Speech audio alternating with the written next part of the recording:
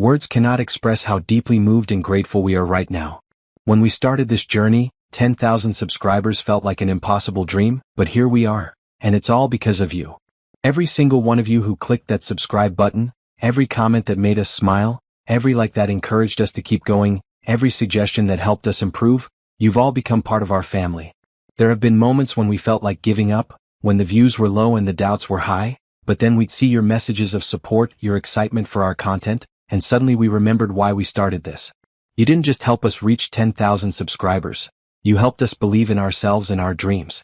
To every viewer reading this, to your families who maybe watch alongside you, to those who share our videos with friends, thank you from the bottom of our hearts. This milestone isn't just ours, it belongs to all of us. We promise to keep creating content that makes you proud to be part of this incredible community. With all our love and gratitude. Tales of the Hearth. The knocking wouldn't stop. Each bang against the heavy oak door echoed through the empty hallways of the mansion like gunshots in a cemetery. Alexander Sterling stood frozen in his study, a glass of whiskey halfway to his lips, watching the rain slash against the floor-to-ceiling windows. No one came to his house uninvited. No one even knew where he lived, tucked away on 50 acres of private land, hidden behind gates and security cameras that cost more than most people's cars. Bang, bang, bang. The sound was desperate, frantic, like someone running from death itself. Alexander's heart hammered against his ribs as he set down his glass with shaking hands. In all his 35 years, in all the boardroom battles and hostile takeovers that had built his billion-dollar empire, nothing had ever made his blood run cold like this relentless pounding at his door. The grandfather clock in the corner chimed midnight, its deep notes swallowed by another crash of thunder. The storm had been building all evening, turning the October night into something from a nightmare. Alexander had been grateful for it at first. The howling wind and driving rain matched the emptiness that lived in his chest, the hollow ache that no amount of money could fill. But now someone was out there. Someone who needed help badly enough to find his hidden sanctuary and pound on his door like the world was ending. Alexander's bare feet were silent against the marble floors as he made his way through the darkness. His house was too big, too empty, filled with expensive furniture that no one ever sat on and paintings that no one ever admired. The staff had gone home hours ago, leaving him alone with his thoughts and his whiskey, the way he preferred it. The way it always was. The knocking came again, weaker now, accompanied by a sound that made his stomach drop to his feet. Crying. Not just any crying, the thin, desperate wail of a baby. Alexander's hand trembled as he reached for the security monitor. The screen flickered to life, showing his front door through the rain and darkness. At first, he saw nothing but shadows and the twisted shapes of his old oak trees bending in the wind. Then lightning flashed, and for one brief, terrible moment he saw her.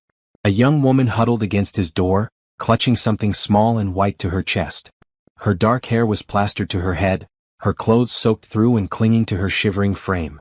Even through the grainy security footage, Alexander could see the exhaustion written in every line of her body, the way she swayed on her feet like she might collapse at any second.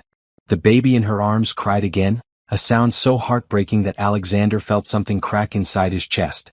He had spent 10 years building walls around his heart, 10 years learning to shut out the world and everyone in it. But that cry cut through every defense he had ever built. His hand moved to the door locks before his mind could catch up.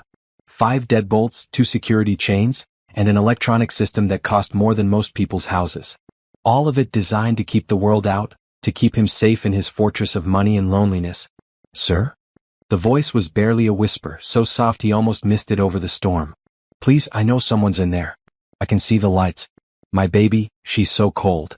Alexander's throat closed up. The woman's voice was young, scared, and completely broken. She wasn't here to rob him or hurt him. She was here because she had nowhere else to go. The first deadbolt clicked open, then the second. Alexander's hands moved without his permission, undoing every lock and security measure between him and the storm outside. His rational mind screamed at him to stop, to call the police, to hide behind his money and his walls until the problem went away. But the baby cried again and all his careful logic crumbled to dust. The door swung open and Alexander stepped back as the storm tried to rush inside. The woman looked up at him with eyes so wide and frightened that he felt like he was staring into the face of a wounded animal. She was beautiful in the way that broken things sometimes are, all sharp edges and desperate grace, with skin like polished mahogany and cheekbones that could cut glass.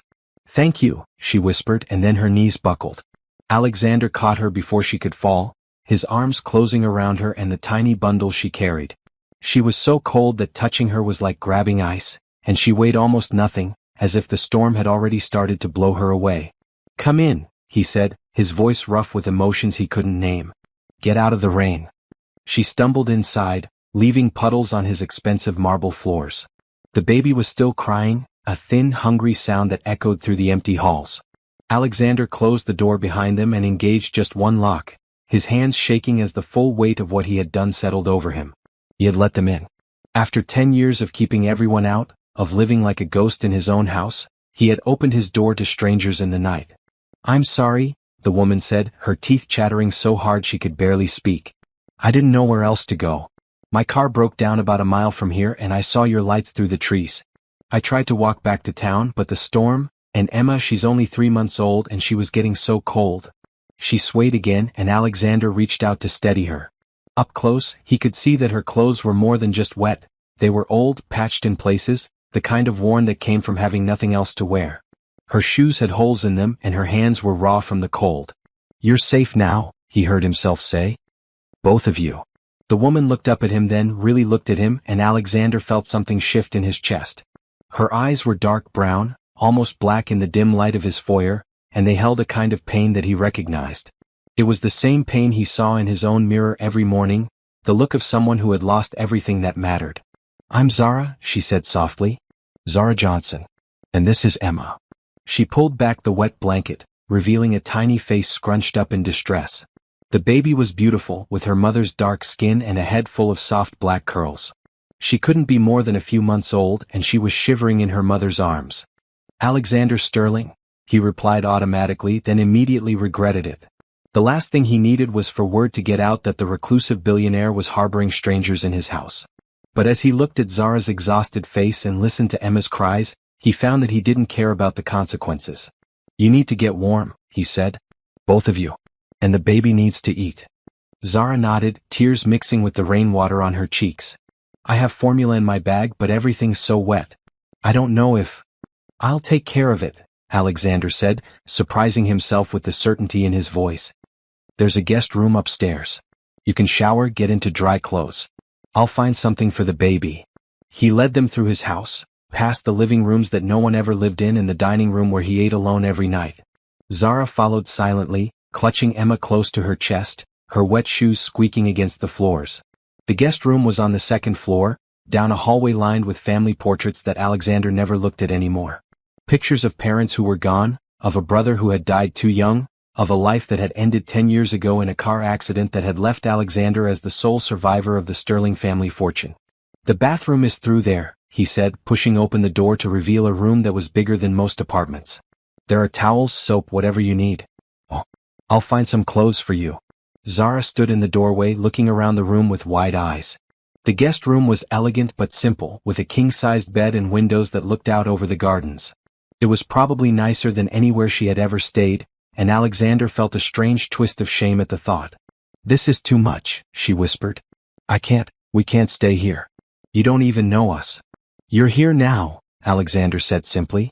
"That's enough." He left her standing there and went to find clothes, his mind racing. What was he doing? He didn't help people. He didn't let strangers into his house. He had spent a decade learning to live without human connection, to find peace in his solitude and his work. But as he rummaged through closets full of clothes he never wore, looking for something that might fit a young mother and her baby, Alexander felt something he hadn't experienced in years. Purpose. For the first time in 10 years, someone needed him for something other than his money. The storm raged outside, shaking the windows and rattling the doors. But inside his house, in the guest room where a young mother was finally getting warm, Alexander Sterling felt the first crack in the ice that had frozen around his heart. He had no idea that opening his door that night would change everything. He couldn't know that the scared young woman with the crying baby would become the most important person in his world. All he knew was that for the first time in years, his empty house didn't feel quite so empty. And maybe, just maybe, that was enough to start with. Alexander stood outside the guest room door for a full 10 minutes, holding a pile of his smallest clothes and listening to the sound of running water from the bathroom. He had found a button-down shirt that might work as a dress on Zara's small frame, and some sweatpants with a drawstring waist. For the baby, he had nothing except a few dish towels that seemed soft enough to use as blankets. The whole situation felt surreal. 3 hours ago, he had been alone in his study, working on quarterly reports and trying not to think about how quiet his house was. Now there was a woman showering in his guest bathroom while her baby slept on the bed, finally warm and dry. Emma had stopped crying once they got her out of the wet clothes. Alexander had surprised himself by how naturally he had helped, finding safety pins to fashion a makeshift diaper from a clean towel, warming formula in the kitchen microwave while Zara showered. The baby had looked up at him with big dark eyes while she drank, one tiny hand wrapped around his finger, and something in Alexander's chest had squeezed tight. "Mr. Sterling?" Zara's voice came through the door, soft and uncertain. "Just Alexander," he said, setting the clothes on the floor outside the door. "I found some things that might fit. They're out here." He heard her open the door and gather the clothes, murmuring a quiet thank you. Alexander found himself standing in the hallway longer than necessary, listening to the small sounds of her moving around the room, getting dressed, checking on her baby. When she finally emerged, Alexander felt his breath catch. His white button-down shirt hung loose on her small frame, reaching almost to her knees, and she had rolled up the sleeves to her elbows. The sweatpants were too long, pooling around her bare feet, but somehow she made the oversized clothes look elegant. Her hair was damp and combed back from her face, and without the exhaustion and terror from earlier, Alexander could see that she was stunning. "Thank you," she said again, her voice stronger now that she was warm and dry. "For everything. I don't know what we would have done if you hadn't answered the door." Alexander nodded, not trusting himself to speak. He wasn't used to gratitude, wasn't used to anyone looking at him like he had done something good. In his business world, people feared him or wanted something from him. No one had ever looked at him the way Zara was looking at him now, like he was a hero instead of a man who had simply done what any decent person would do. "How is she?" he asked, nodding toward Emma, who was sleeping peacefully in the center of the big bed, surrounded by pillows to keep her safe. "Better. Warm and fed. She's a good baby usually. It's just, we've been living in the car for the past week and it's been hard on her." Zara's voice cracked slightly, and she wrapped her arms around herself. "I'm sorry. You probably think I'm a terrible mother, dragging my baby around in a storm."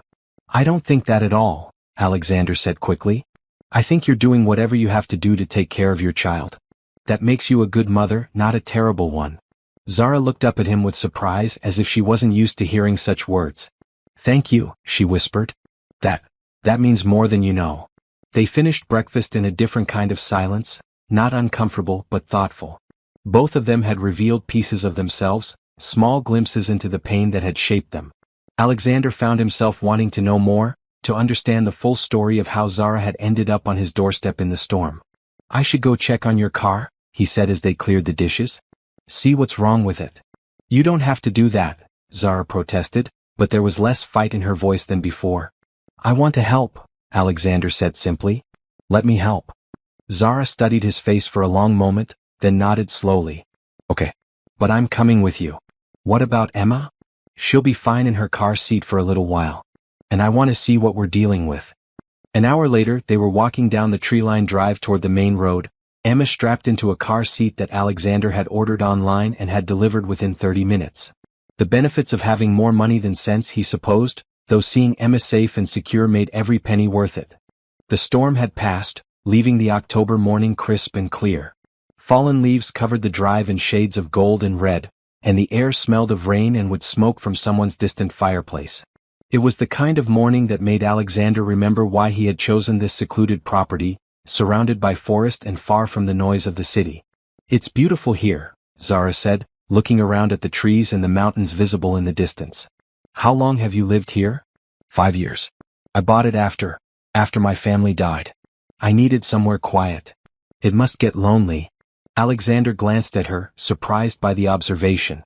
"I thought I liked the quiet. I thought I needed it. And now I'm not so sure." They found Zara's car about a mile from the gates, pulled over on the shoulder of the narrow road.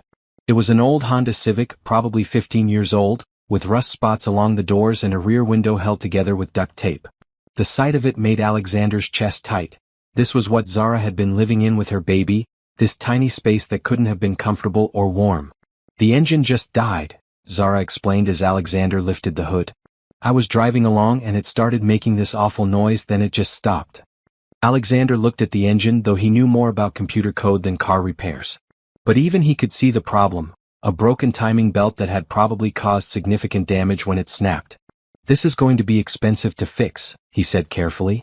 "More than the car is worth, probably." Zara's face fell. "How expensive?" "A few thousand at least. Maybe more." Alexander watched Zara's expression crumble as the reality hit her. Without her car, she was stranded. Without money for repairs, she had no way to get to Portland, no way to look for work, no way to build the new life she was so desperate to create. "I can't afford that," she said quietly. "I can't afford anything." "Zara?" "No." She held up a hand, stopping him before he could offer to help. "I know what you're going to say, and I can't take your money. I won't be someone's charity case." "It's not charity," Alexander said. "It's..." "What? What is it then?" "You don't know me. You don't owe me anything. Why would you want to spend thousands of dollars on a stranger's car?" Alexander looked at her standing beside the broken-down Honda, holding her baby and trying so hard to be strong even as her world fell apart around her. He could see the pride in her posture, the determination not to be pitied or rescued. But he could also see the fear underneath, the terror of a young mother who had run out of options. "Because I can," he said simply. "Because I have more money than I could spend in 10 lifetimes and you need help. Because your baby deserves to be safe and warm, and you deserve a chance to build the life you want." "I don't want your pity," Zara said, but her voice cracked slightly. "It's not pity," Alexander said. I don't know what it is. But I haven't felt this useful, this needed in years. Let me help you. Please." Zara looked at him for a long moment, then down at Emma, who was sleeping peacefully in her car seat. Alexander could see the war playing out on her face, pride battling with practicality, independence fighting against the needs of her child. "I'll pay you back," she said finally. "Every penny. I don't know how or when, but I will." "You don't have to." "Yes, I do." Her voice was firm, final. "If you're going to help me, it has to be a loan, not a gift. I need to know that I earned my way out of this, not that someone rescued me." Alexander understood that need, the desire to stand on your own feet even when the ground was shaking beneath you. He had felt the same way after his family died, when well-meaning friends and business associates had tried to help him through his grief. "Okay," he said. "Alone. We'll work out the details later." They called a tow truck to take the Honda to a salvage yard. It wasn't worth repairing. Then they walked back to the house, Alexander carrying the car seat while Zara gathered her few possessions from the back seat. A duffel bag with clothes, a diaper bag, a cardboard box filled with baby supplies and a few personal items. Everything she owned in the world fit in the back of a broken-down car. "What now?" Zara asked as they stood in Alexander's foyer, her life's possessions scattered around her feet. Alexander looked at her, this beautiful, broken, proud woman who had stumbled into his ordered world and turned everything upside down. He thought about his empty house, his lonely dinners, his carefully maintained distance from anything that might hurt him. "Now you stay," he said. "Until we figure out what comes next." "I can't stay here indefinitely," Zara protested. "This isn't my life. This isn't my world." "Maybe it could be," Alexander said, the words surprising him as much as they surprised her. They stared at each other in the afternoon light streaming through the tall windows, both of them aware that something fundamental had shifted between them. What had started as a simple act of kindness was becoming something more complicated, something that neither of them had been looking for but both of them seemed to need. "I don't know how to be around people anymore," Alexander admitted. "I've been alone for so long that I've forgotten how to share my space, my life. But having you here, it feels right. It feels like maybe I've been waiting for you without knowing it." Zara's eyes filled with tears. "I'm scared," she whispered. "I'm scared of needing someone again, of trusting someone again. The last time I did that, it nearly destroyed me." "I'm scared too," Alexander said. "But maybe we can be scared together. Maybe we can figure out how to trust again, how to build something real." Emma chose that moment to wake up and let out a small cry, breaking the tension. Zara immediately went to her, lifting her from the car seat and holding her close. Alexander watched the tender way she cradled her daughter, the fierce love in her eyes, and felt something shift in his chest. He had thought he was helping a stranger in need. But as he looked at Zara and Emma in the afternoon light of his foyer, surrounded by their meager possessions but somehow making his house feel more like a home than it had in years, Alexander realized that maybe they were helping him too. Maybe they were all exactly where they needed to be. Alexander woke before dawn, which was nothing new. What was new was the reason he couldn't sleep. The knowledge that there were other people in his house, breathing his air, existing in his carefully controlled world.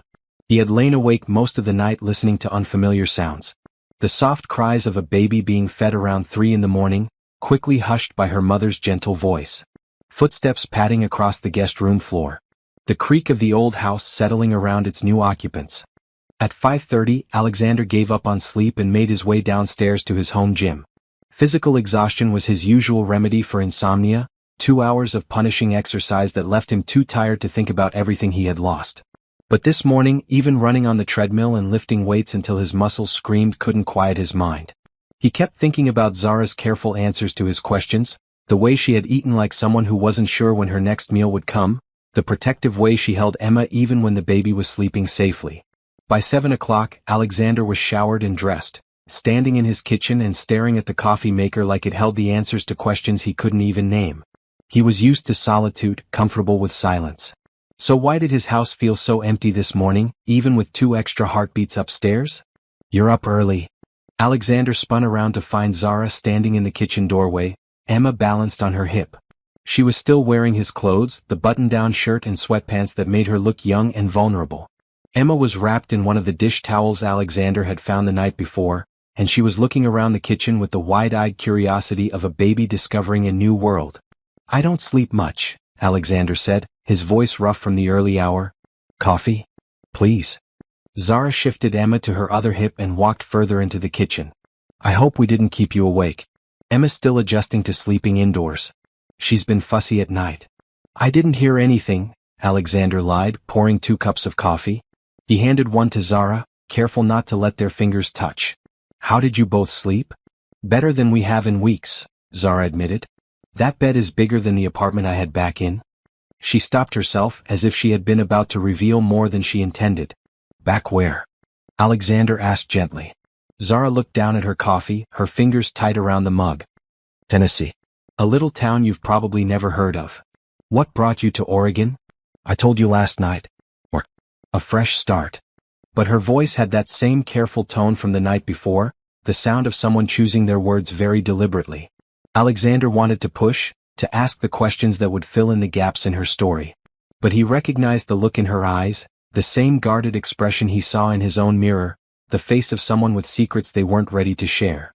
"Are you hungry?" he asked instead. "I could make breakfast." "You don't have to keep feeding us," Zara said, but Emma chose that moment to make a small sound of hunger, and Zara's expression softened. "Though I guess Emma could use her morning bottle." Alexander found himself moving around the kitchen with purpose, pulling ingredients from the refrigerator while Zara prepared Emma's formula. It felt strangely domestic, this early morning routine with a woman and baby he had met less than 12 hours ago. "Tell me about your work," Zara said as Alexander started pancakes on the griddle. "What is it you do that lets you live in a house like this?" Alexander's hands stilled for a moment. Most people knew who he was before they met him. Knew about Sterling Industries, about the technology patents that had made him rich before he turned 30, about the family tragedy that had turned him into a recluse. "I own a technology company," he said carefully. "We develop software for manufacturing processes." "It's not very exciting." It was a massive understatement. Sterling Industries employed 15,000 people across 6 countries and generated revenues that placed it in the Fortune 500. But Alexander had learned that leading with his wealth made people treat him differently, and for some reason he wanted Zara to see him as just Alexander, not as a billionaire or a business mogul. "That sounds complicated," Zara said, settling Emma in her lap to feed her the bottle. "I barely know how to use my phone." "What phone?" Alexander asked, realizing he hadn't seen her with one. Zara's cheeks flushed slightly. "I had to sell it a few weeks ago. For gas money. I kept telling myself I'd get another one when I found work, but..." She shrugged, the gesture trying to make light of what must have been a difficult decision. The thought of Zara alone on the road with a baby and no way to call for help made Alexander's chest tight. What if something had happened to Emma? What if Zara had been hurt or gotten lost? The possibilities were endless and terrifying. "We need to get your car fixed," he said, flipping pancakes with more force than necessary. "I called a tow truck from the gas station yesterday, but they said it would be $200 just to haul it to town, plus whatever repairs cost. I don't have that kind of money." Zara's voice was matter-of-fact, but Alexander heard the despair underneath. "I'll take care of it." "No." The word came out sharp and final. "I already owe you too much. I won't take your money." Alexander turned to look at her, surprised by the steel in her voice. Zara was looking back at him steadily, her chin raised in a gesture of pride that he recognized. She would rather struggle than accept charity, rather face an uncertain future than feel indebted to a stranger. It's not charity, he said. It's just practical. You need your car to get to Portland, right? To find work. I need to find my own way, Zara said firmly. I've been taking care of myself and Emma just fine. Living in your car and not eating is not taking care of yourself, Alexander said, then immediately wished he could take the words back. Zara's face went pale and she held Emma a little tighter. I'm doing the best I can, she said quietly. Not everyone gets to inherit a fortune and live in a mansion. The words hit Alexander like a physical blow. She thought he had inherited his money, that he was some spoiled rich kid who had never worked for anything. The assumption stung, partly because it wasn't true and partly because it reminded him how different their worlds were. I didn't inherit anything, he said, his voice colder than he intended. I built my company from nothing. I've worked 16-hour days for 15 years to get where I am. Zara looked startled by the edge in his voice. I'm sorry. I didn't mean. I just assumed. They stared at each other across the kitchen, the moment stretching uncomfortably. Alexander could see that Zara was embarrassed by her assumption, but he could also see that she was still wary, still not entirely sure what to make of him. Emma made a small sound, breaking the tension. She had finished her bottle and was looking back and forth between the adults with the unconcerned interest of a baby who didn't understand conflict. She's beautiful, Alexander said, his voice softening as he looked at the baby. How old did you say she was? 3 months, Zara said, some of the stiffness leaving her posture. Born in July. She was early but healthy. She looks like you. Zara smiled, the first real smile Alexander had seen from her. It transformed her face, making her look younger and less guarded. Everyone says that. Though I think she's going to be prettier than me when she grows up. That's hard to imagine, Alexander said, then immediately felt his cheeks heat. He hadn't meant to say that out loud, hadn't meant to reveal that he found Zara beautiful. But Zara didn't seem offended. If anything, she looked pleased by the compliment, a soft blush coloring her cheeks. Thank you, she said quietly. Alexander served the pancakes, and they ate in a more comfortable silence than before. Emma dozed in Zara's arms, occasionally making small baby sounds that made both adults smile. Can I ask you something? Zara said eventually. Alexander nodded, though his stomach tightened with apprehension. Why do you live alone in this big house? I mean, you're obviously successful, you're? She paused as if searching for the right words. You seem like a good person. Don't you want a family? Someone to share all this with? The question was too personal, too close to all the things Alexander tried not to think about. But there was something in Zara's voice, a genuine curiosity rather than nosiness, that made him want to answer honestly. I did have a family, he said slowly. Parents, a younger brother. They died in a car accident 10 years ago. I was supposed to be with them that night, but I stayed late at work instead. Zara's eyes widened with sympathy. Oh, Alexander. I'm so sorry. After that, it was easier to be alone. To focus on work. To not get too close to people who might leave. The words came out before Alexander could stop them, revealing more than he had intended. People don't always leave by choice, Zara said softly. Sometimes they're taken from us. There was something in her voice that made Alexander look at her more closely. He saw pain in her dark eyes, the same kind of loss he carried in his own chest. What about you? He asked. You said your parents died when you were 19. That must have been hard. Zara nodded, her arms tightening around Emma. They were everything to me.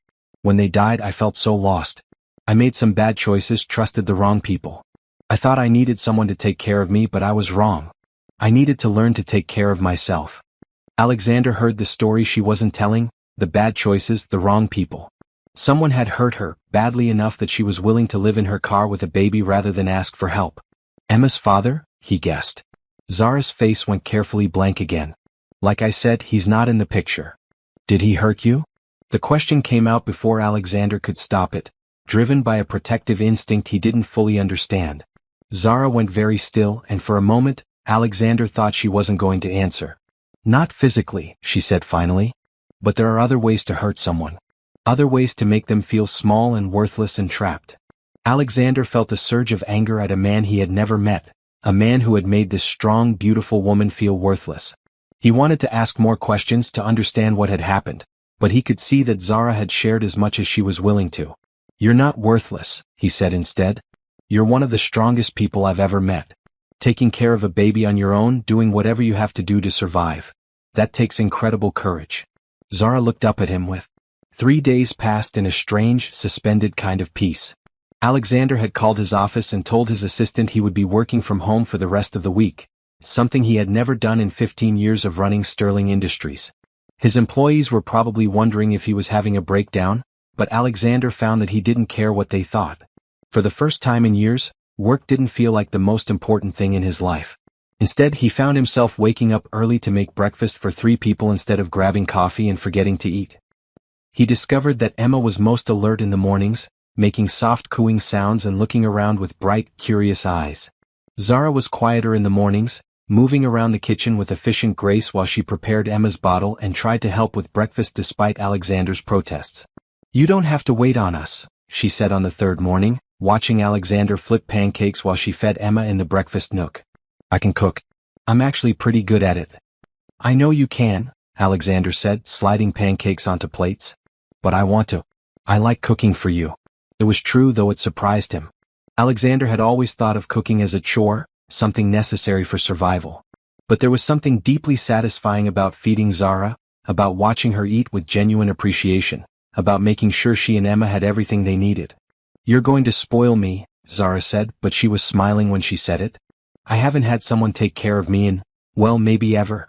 "Good," Alexander said, sitting across from her with his own plate. "You deserve to be taken care of." These moments had become precious to Alexander, the quiet mornings over breakfast, the comfortable conversation, the way Emma would sometimes reach for him when Zara was holding her. The baby seemed to have decided he was trustworthy, and there was something magical about the way her tiny fingers would wrap around his much larger ones. The afternoons were different. Alexander tried to work from his home office, but he found himself distracted by the sounds of life happening in his house. Zara singing softly to Emma, the baby's delighted giggles, footsteps moving through rooms that had been silent for years. On the 2nd day he had found Zara in his library, Emma sleeping in her arms while Zara stared at the floor-to-ceiling shelves filled with books. "This is incredible," she had whispered, careful not to wake the baby. "I've never seen so many books in one place outside of a library. Do you like to read?" Alexander asked. "I love it. I used to read all the time before." She paused, then continued more carefully. "Before life got complicated. I haven't had time for books in a while." Alexander pulled a novel from one of the shelves, a romance he had never read but that had good reviews. "Take this. Read it while Emma naps." Zara had looked at him like he was offering her something precious, which maybe he was. The sight of her curled up in his reading chair that afternoon, completely absorbed in the story while Emma slept nearby, had made Alexander's chest warm in a way he couldn't describe. But it was the evenings that Alexander treasured most. After dinner they would sit in the living room, the one with the comfortable furniture rather than the formal space meant for entertaining. Zara would play with Emma on a blanket on the floor while Alexander pretended to read reports on his laptop. Really, he was watching them. Emma was reaching the age where she was starting to interact with the world around her, grabbing at toys and making happy sounds when her mother played peekaboo. Zara was a wonderful mother, patient and loving, talking to Emma constantly in a soft, musical voice that made Alexander understand why babies thrived on attention. "She's going to be walking before we know it," Zara said on the 3rd evening, laughing as Emma kicked her legs enthusiastically during tummy time. "Is that good or bad?" Alexander asked, closing his laptop and moving to sit on the floor beside them. "Both. It's exciting to see her grow and learn new things, but it also means she'll be getting into everything." Zara looked around the living room with its expensive furniture and decorative objects. "I hope she doesn't break anything valuable." "Everything in this house is just stuff," Alexander said. "It doesn't matter if she breaks it." Zara gave him a look that was part gratitude and part disbelief. "You say that now, but wait until she's walking around grabbing everything she can reach. Then we'll baby-proof," Alexander said simply. "We'll make it safe for her." The word "we" hung in the air between them, full of implications that neither of them was quite ready to address. They weren't a couple, weren't a family, weren't anything more than 2 damaged people who had found comfort in each other's company. But somehow, when Alexander thought about the future, he couldn't imagine it without Zara and Emma in it. "Alexander," Zara said carefully, "what are we doing here?" He looked at her sitting cross-legged on his Persian rug, Emma babbling happily between them, and tried to find words for something he didn't fully understand himself. I don't know, he said honestly. I just know that I don't want you to leave. I can't stay forever. This isn't real life, it's like a beautiful dream, but dreams end. I need to find work, find a place to live, build a life for Emma. I can't do that hiding away in your house. Alexander knew she was right, but the thought of Zara and Emma leaving made him feel physically sick. In 3 days they had become essential to his world in a way that terrified him. What if you didn't have to hide? He asked. What if you could build your life here? Here? In the middle of nowhere. There's a town 20 minutes away. It's small, but there are restaurants, shops, places that might need employees. And Emma would have space to grow up, clean air, good schools when she's older. Zara was quiet for a long moment, watching Emma try to grab a colorful toy. And what about you? What do you get out of this arrangement? Alexander thought about his empty house, his silent meals, his carefully constructed loneliness. Then he looked at Emma reaching for him with chubby fingers, at Zara's face in the lamplight, and felt something warm unfold in his chest. I get a family, he said quietly. Something I never thought I'd have again. Zara's breath caught. Alexander. I know it's crazy. I know we barely know each other. But I felt more alive in the past 3 days than I have in 10 years. You and Emma, you've brought something into this house that I didn't even know was missing. What if it doesn't work? Zara asked, her voice small. What if we try this and it falls apart? What if I disappoint you, or you get tired of having us around? Alexander reached out and touched her hand, the first time he had initiated physical contact since that first night when he had helped her inside. Her skin was warm and soft, and he felt a jolt of electricity at the simple touch. Then we'll figure it out, he said. But I'd rather try and fail than spend the rest of my life wondering what might have been. Emma made a happy sound and rolled over, reaching for both of them with her tiny hands. Without thinking, Alexander scooped her up, holding her against his chest while she grabbed at his shirt buttons with fascination. She likes you, Zara said softly, watching them with an expression Alexander couldn't read. I like her too. I like both of you. This is all happening so fast, Zara said. 3 days ago I was living in my car.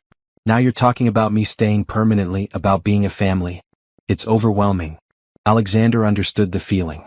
His whole world had been turned upside down in the space of a single storm, and he was still trying to process the magnitude of the change.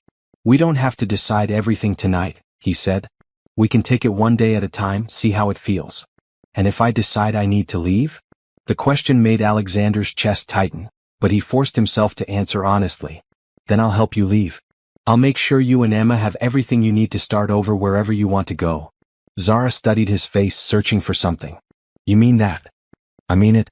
I don't want you to stay because you feel trapped or obligated. I want you to stay because you want to be here. I do want to be here, Zara admitted, so quietly that Alexander almost missed it. That's what scares me. I've only been here 3 days and already I can't imagine being anywhere else. That's not normal, is it? To feel so connected to someone so quickly? I don't know what's normal, Alexander said, adjusting Emma in his arms as she started to get sleepy. But I know what feels right. And this feels right.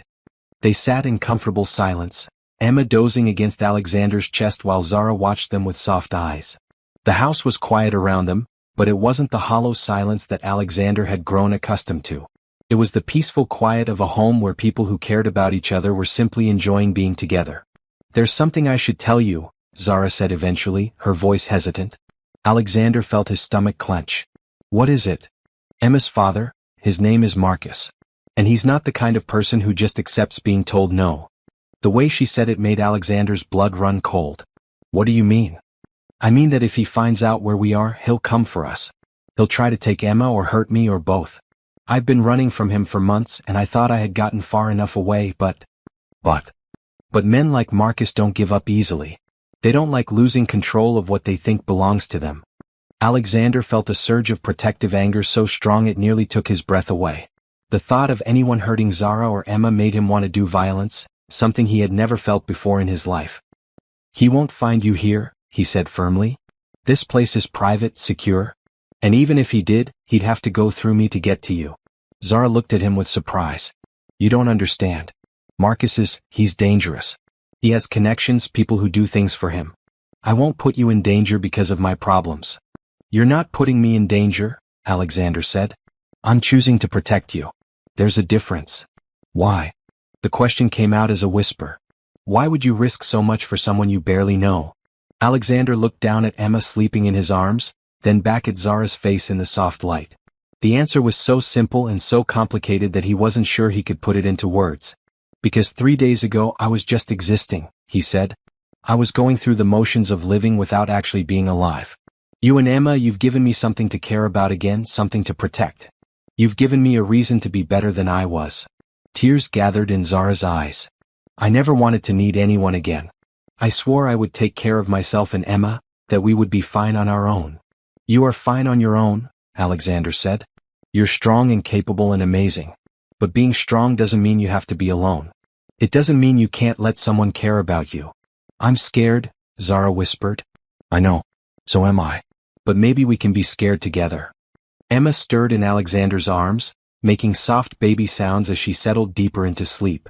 The sight of her complete trust, her absolute peace in his arms, made something settle in Alexander's chest. Whatever came next, whatever challenges they would face, he would make sure this little girl and her mother were safe.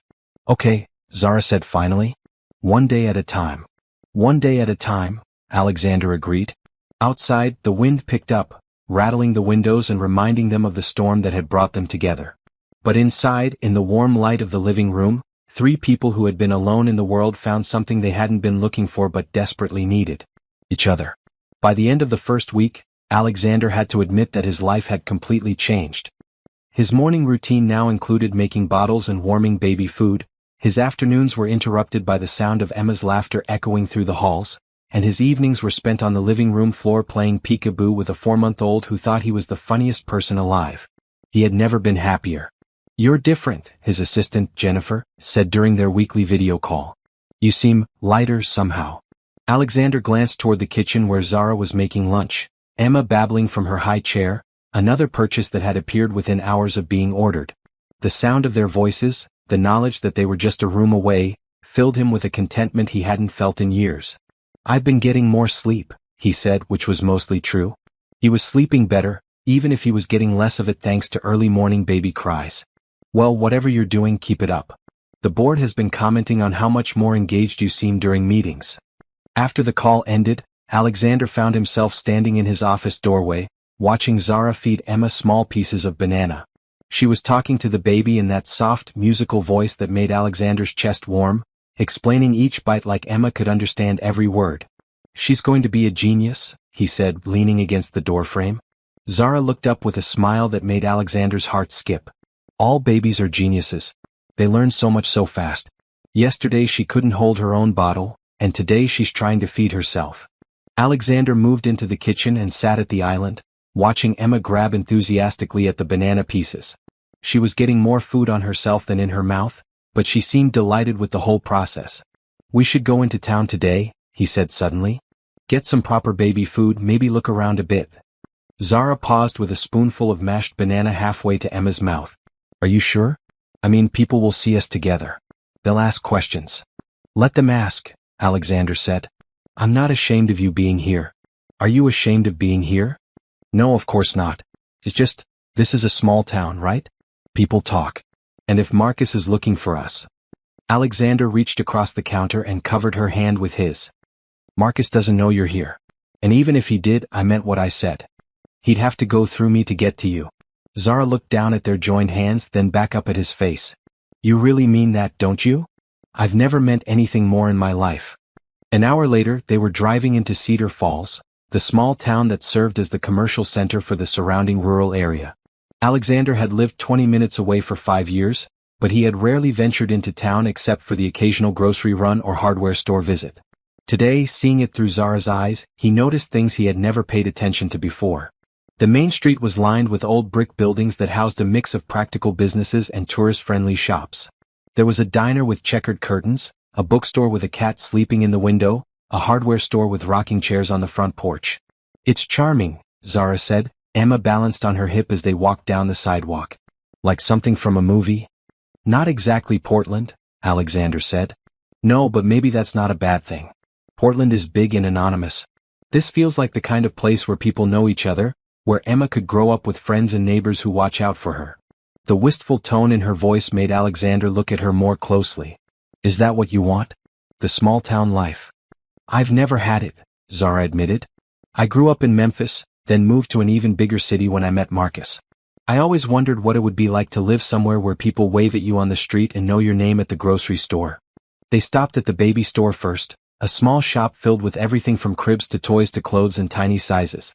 The woman behind the counter looked up with a welcoming smile that faltered slightly when she saw Alexander. Mr. Sterling. What a surprise to see you in town. Alexander felt Zara tense beside him, clearly uncomfortable with the attention. Hello, Mrs. Patterson. We're looking for some baby supplies. Mrs. Patterson's eyes moved from Alexander to Zara to Emma, and Alexander could practically see the questions forming in her mind. Of course. How old is your little one? 4 months, Zara answered quietly. She's beautiful, and so alert. You can tell she's going to be a smart one. Mrs. Patterson's voice was friendly, but Alexander could see her taking in every detail, Zara's simple clothes, the way she held Emma, the obvious fact that she wasn't wearing a wedding ring. They spent 20 minutes selecting baby food, toys, and clothes, with Mrs. Patterson chattering constantly about the weather, the upcoming harvest festival, and various bits of local gossip. Alexander found himself relaxing as he watched Zara interact with the older woman, asking questions about the town and sharing small details about Emma's development. You'll have to bring her to story time at the library, Mrs. Patterson said as she rang up their purchases. Miss Helen does it every Tuesday morning. All the young mothers love it. That sounds wonderful, Zara said, and Alexander could hear the genuine interest in her voice. As they left the store, Alexander noticed that several people on the street had stopped to watch them. He was used to being recognized, his family had been prominent in the region before their deaths, and Sterling Industries employed a significant number of local people. But he wasn't used to being the subject of curious speculation. Everyone's staring, Zara murmured, shifting Emma to her other hip. They're curious, Alexander said. I don't come to town often, and I've certainly never been seen with a woman and baby. Do you mind? The attention. Alexander considered the question as they walked toward the diner. A year ago, even a month ago, he would have minded intensely. His privacy was precious to him, his anonymity a shield against the world's intrusion. But walking down the street with Zara and Emma, seeing the way people smiled at the baby and nodded politely at them, he found that he didn't mind at all. No, he said, surprising himself. I don't mind. The diner was busy with the lunch crowd, but they found a booth in the back corner.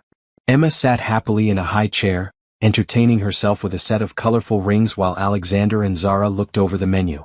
The burgers are supposed to be good here, Alexander said, though he had never actually eaten at the diner before. Everything looks good, Zara replied.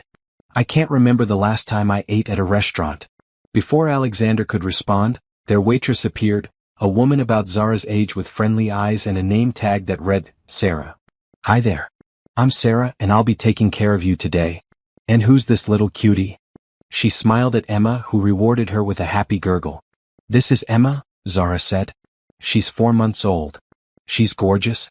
I have a 6-month-old at home, so I know how challenging it can be to get out with a baby. Are you new to the area? Sort of, Zara said carefully. We're still figuring things out. Sarah's expression softened with understanding. Well, if you decide to stick around, there's a great playgroup that meets at the community center on Thursdays. New moms are always welcome. After Sarah took their order and left, Zara turned to Alexander with a thoughtful expression. She seems nice. You sound surprised.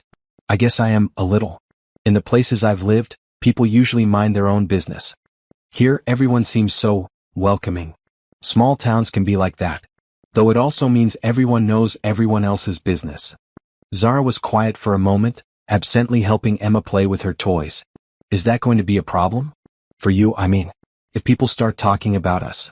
Alexander reached across the table and took her hand, the gesture feeling natural now after a week of small touches and growing intimacy.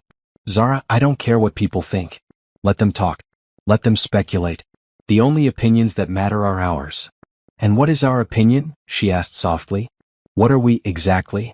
It was a question they had been dancing around for days, neither of them quite ready to define what was happening between them. Alexander looked at her across the table, at Emma playing contentedly beside them, and felt something settle into place in his chest. I think we're a family, he said. Maybe not in the traditional sense, but we're people who care about each other, who want to take care of each other. Isn't that what family is? Tears gathered in Zara's eyes.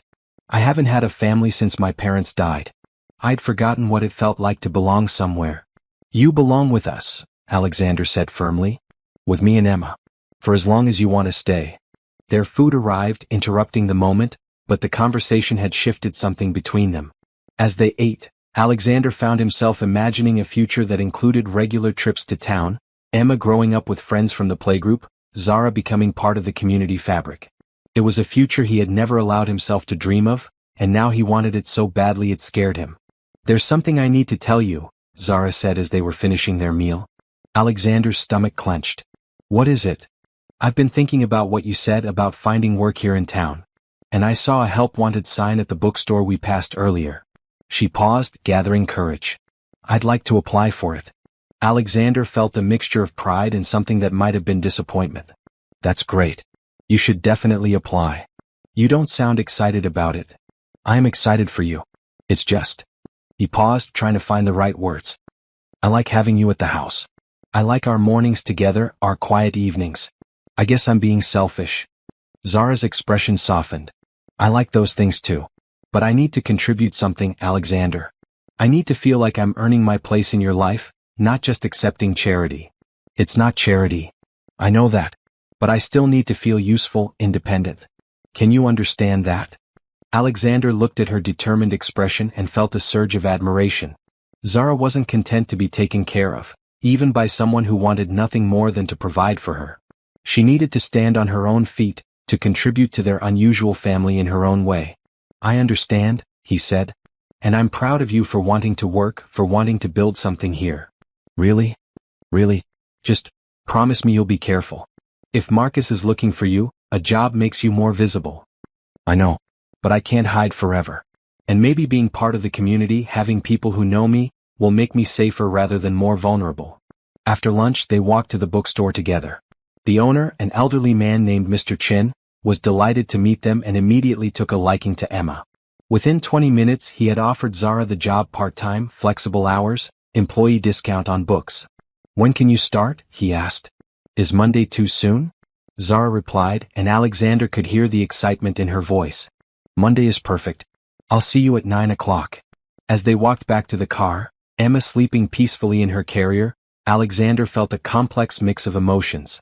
He was happy for Zara, proud of her independence, excited about the idea of her becoming part of the community. But he was also nervous about the change, about sharing her with the world outside their protected bubble. Are you okay? Zara asked, apparently picking up on his mood. I'm fine. Just adjusting to the idea of you having a life outside the house. I'll still be there for breakfast, she said with a smile. And dinner. And all the evenings in between. Promise. Promise. That evening, as they sat in their usual spot in the living room, Alexander watched Zara play with Emma and felt something shift in his chest. They weren't just hiding away from the world anymore. They were building a life together, putting down roots, becoming part of something larger than themselves. It was terrifying and wonderful at the same time. Alexander? Zara's voice broke into his thoughts. Yes. Thank you. For encouraging me to apply for the job, even though I know part of you wanted me to stay home. How did you know that? Because I felt the same way. Part of me wants to stay in our little bubble forever, where it's safe and warm and nothing can hurt us. But that's not really living, is it? Alexander looked at her sitting cross-legged on his Persian rug, Emma reaching for her mother's face with chubby fingers, and felt his heart expand with love and pride and fear and hope all mixed together. No, he said. It's not really living. But maybe we can find a way to live fully while still keeping each other safe. Maybe we can, Zara agreed, and when she smiled at him, Alexander felt like anything was possible. Even happiness. Even love. Even the family he had given up hoping for. Zara's first week at the bookstore passed in a blur of learning the inventory system, recommending books to customers, and discovering that she had a natural talent for retail. Mr. Chin was delighted with her work, and Alexander found himself looking forward to her stories about the day's customers when she came home each evening. Home. When had he started thinking of it that way, not just his house but their home? It was a Friday evening, 3 weeks after Zara had started working, when everything changed. Alexander was in his office finishing up some calls while Zara gave Emma a bath upstairs. The house was filled with the sounds of splashing water and Emma's delighted squeals, sounds that had become as familiar and comforting as his own heartbeat. He was just shutting down his computer when he heard Zara scream. Alexander ran up the stairs 3 at a time, his heart hammering against his ribs. He found Zara in the bathroom doorway, Emma wrapped in a towel in her arms, both of them dripping wet. Zara's face was white with terror, and she was shaking so hard she could barely stand. "What happened?" Alexander demanded, looking around for whatever had frightened her. "The window," Zara whispered, pointing toward the bathroom window that looked out over the back gardens. "I saw someone out there. A man watching us." Alexander moved to the window and looked out into the darkness. The motion sensor lights had come on, illuminating the gardens, but he saw nothing except shadows and wind-blown trees. "Are you sure?" he asked gently. "Yes." He was standing by that big oak tree just watching. When I screamed, he ran toward the woods. Alexander's blood ran cold.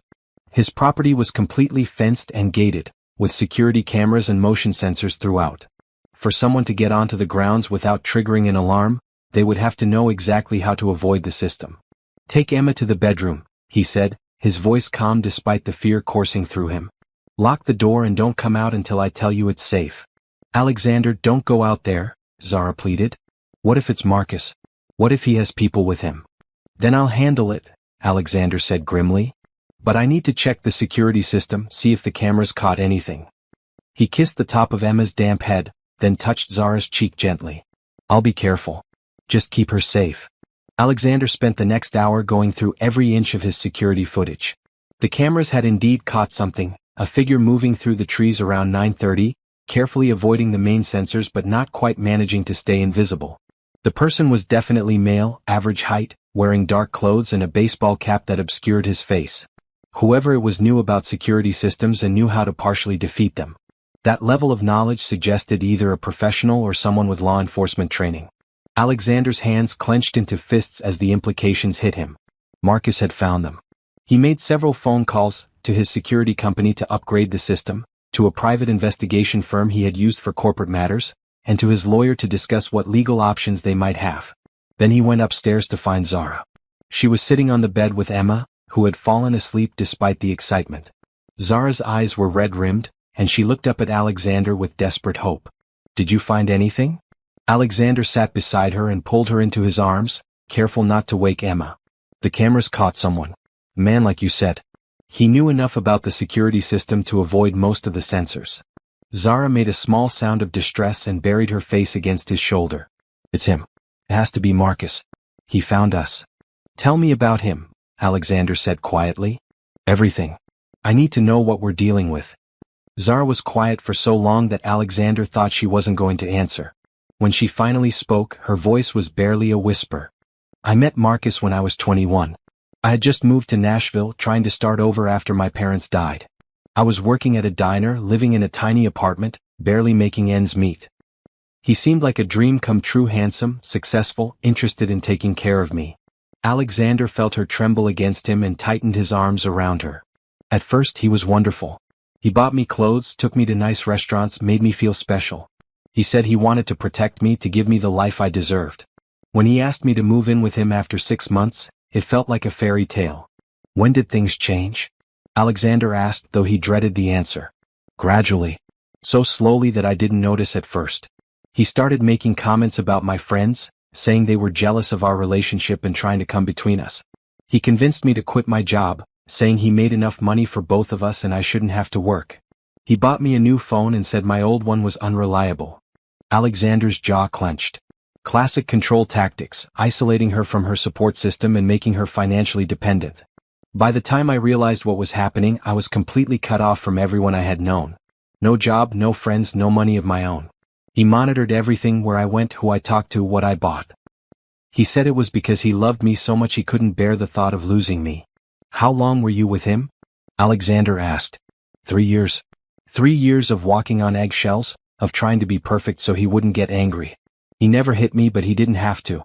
He could destroy me with words, make me feel worthless and stupid, and grateful that he put up with me. Alexander felt sick. The thought of someone systematically breaking down Zara's spirit, convincing her she was worthless when she was clearly amazing, made him want to commit violence. "What about Emma?"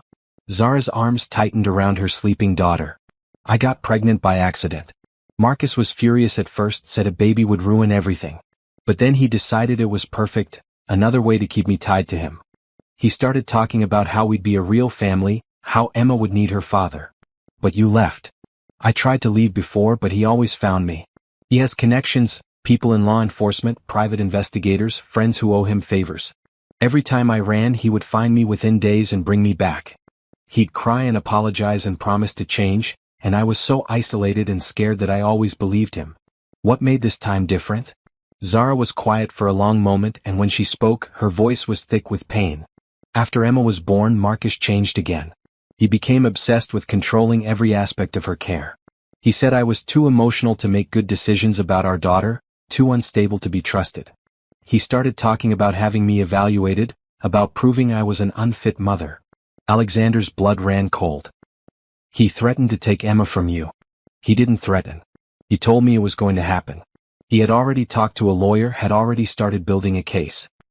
He said that since he had all the money and connections, and I had nothing, no court would give custody to an unemployed woman with no family and a history of depression. Depression? After Emma was born, I had some postpartum issues. It's normal, but Marcus used it against me.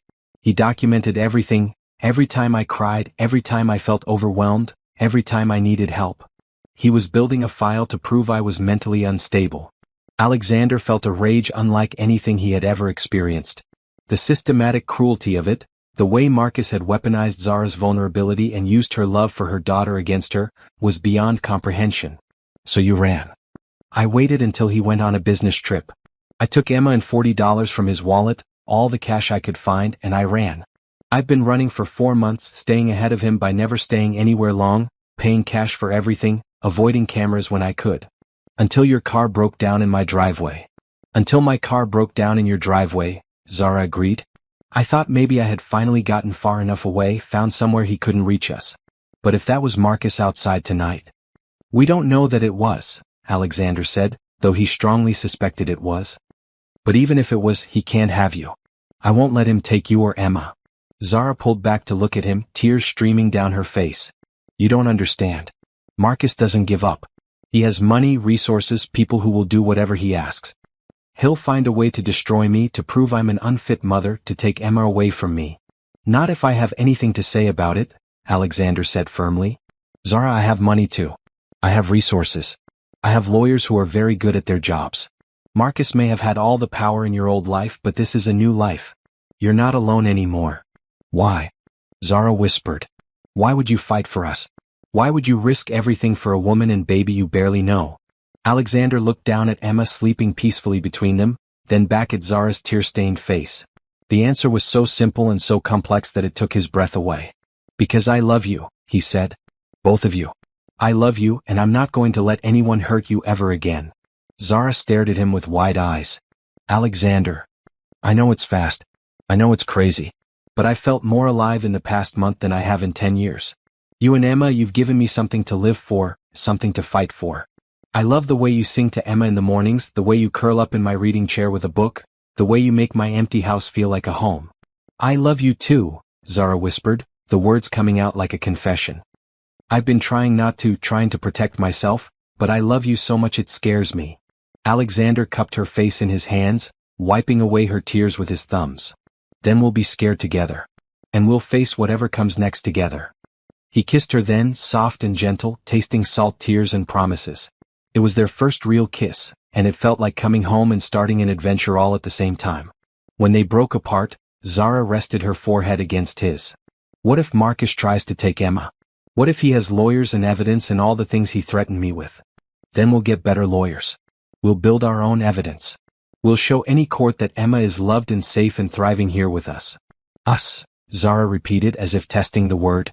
Us, Alexander confirmed. You, me, and Emma. A family. Emma stirred in her sleep, making soft baby sounds, and both adults looked down at her with matching expressions of fierce protectiveness. I should tell you, Zara said quietly, Marcus isn't just controlling. He's connected to some dangerous people. If he decides he can't get Emma back legally, then we'll be ready for that too, Alexander said. I'm upgrading the security system tomorrow, and I've already called a private investigator to do background research on Marcus. We'll know everything about him, all his weaknesses and vulnerabilities. You really think we can beat him? Alexander thought about his resources, his connections, his determination to protect the woman and child he loved. Then he thought about Marcus, a man who derived power from intimidating and controlling someone weaker than himself. "I know we can," he said. "Because we have something he doesn't have." "What's that?" "Love. Real love. The kind that makes you stronger instead of smaller, that lifts you up instead of tearing you down. Marcus may have money and connections, but we have each other." They spent the rest of the night taking turns keeping watch, though the security system remained quiet. As dawn broke over the mountains, Alexander sat by the window with Emma in his arms while Zara slept fitfully beside them. The little girl was awake, looking up at him with those dark eyes that were so much like her mother's. She reached for his face with tiny fingers, and Alexander felt his heart expand with love and determination. "I'm going to protect you," he whispered to her. "Both of you. Whatever it takes, whoever I have to fight, I'm going to keep you safe." Emma gurgled happily as if she understood and approved. Outside, the sun continued to rise, painting the sky in shades of gold and pink. It was going to be a beautiful day, and Alexander refused to let fear steal that beauty from them. They had found each other against all odds. They had built something precious and real. And they would fight to keep it, no matter what Marcus or anyone else tried to do. Because love was worth fighting for. And this love, messy and complicated and born from a storm, was worth everything. The security upgrades took 3 days to complete. Alexander spared no expense, installing motion sensors, upgrading cameras, and adding a panic room that could be accessed from the main bedroom. He also hired 2 security guards to patrol the property at night, though he didn't tell Zara about that last detail.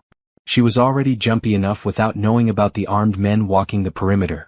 During those 3 days, something shifted between Alexander and Zara. The confession of love, combined with the threat from Marcus, had broken down the last walls between them. They moved through the house together with an intimacy that felt both new and ancient, as if they had been together for years instead of weeks. "Good morning," Zara said on the 4th morning, padding into the kitchen in her pajamas with Emma on her hip. She kissed Alexander's cheek as naturally as breathing, a gesture that sent warmth spreading through his chest.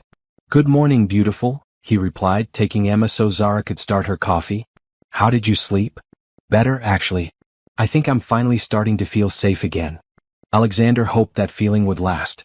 The private investigator he had hired was doing a thorough background check on Marcus, but it would take time to get results. In the meantime, all they could do was be vigilant and try to live their lives. "I have a meeting in Portland today," Alexander said as he prepared Emma's bottle. "I could take you and Emma with me, make a day of it." Zara looked tempted for a moment, then shook her head. "I promised Mr. Chin I'd work today. He's getting a big shipment in and I want to help him with the inventory." Alexander felt the familiar tension that came whenever Zara left his sight these days. He tried to hide it, but she seemed to sense his discomfort anyway. "I'll be careful," she said, moving to stand beside him. "The bookstore is public, safe. And Cedar Falls is a small town. If Marcus or anyone else shows up asking questions, people will notice." "I know. I just worry." "I worry too. But we can't live in fear, Alexander. If we hide away from the world, Marcus wins even if he never finds us." She was right and Alexander knew it. But knowing something intellectually and accepting it emotionally were two different things. "Call me if anything feels off," he said. "Anything at all." "I will. And you have my new phone number programmed into your speed dial." Alexander had bought Zara a phone the day after the security incident, along with a car seat for his BMW and half a dozen other things that Emma needed. Each purchase felt like another thread binding them together, another way of making Zara and Emma permanent parts of his life. "I love you," he said, pulling her into his arms for a proper kiss. "I love you too," she replied against his lips. "Now go to your meeting and stop worrying about us. We'll be fine." But as Alexander drove toward Portland an hour later, he couldn't shake the feeling that something was wrong. It wasn't anything specific, just a nagging sense of unease that made him check his phone every few minutes. The meeting was with potential investors for a new manufacturing facility, the kind of high-stakes negotiation that usually consumed all his attention. But today, Alexander found himself distracted, his mind wandering to Zara shelving books and Emma napping in her portable crib at the back of the store. "Alexander?" His business partner, Robert Chin, Mr. Chen's nephew as it turned out, was looking at him with concern. "You seem distracted today." "Sorry?" "Personal matters." "The woman and baby staying with you?" Alexander's head snapped up. "How did you know about that?" Robert smiled. "Cedar Falls is a small town, and my uncle is an incurable gossip. He thinks you've finally found yourself a family." "And what do you think?" I think it's about time. You've been alone too long, my friend. If this woman makes you happy, then I'm happy for you. After the meeting ended, successfully, though Alexander couldn't have said exactly what terms they had agreed to, he found himself driving back toward Cedar Falls faster than was strictly safe. The feeling of unease had grown stronger throughout the day, and he was eager to get home to Zara and Emma. He was still 20 minutes out when his phone rang. Alexander? Zara's voice was tight with barely controlled panic. Something's wrong.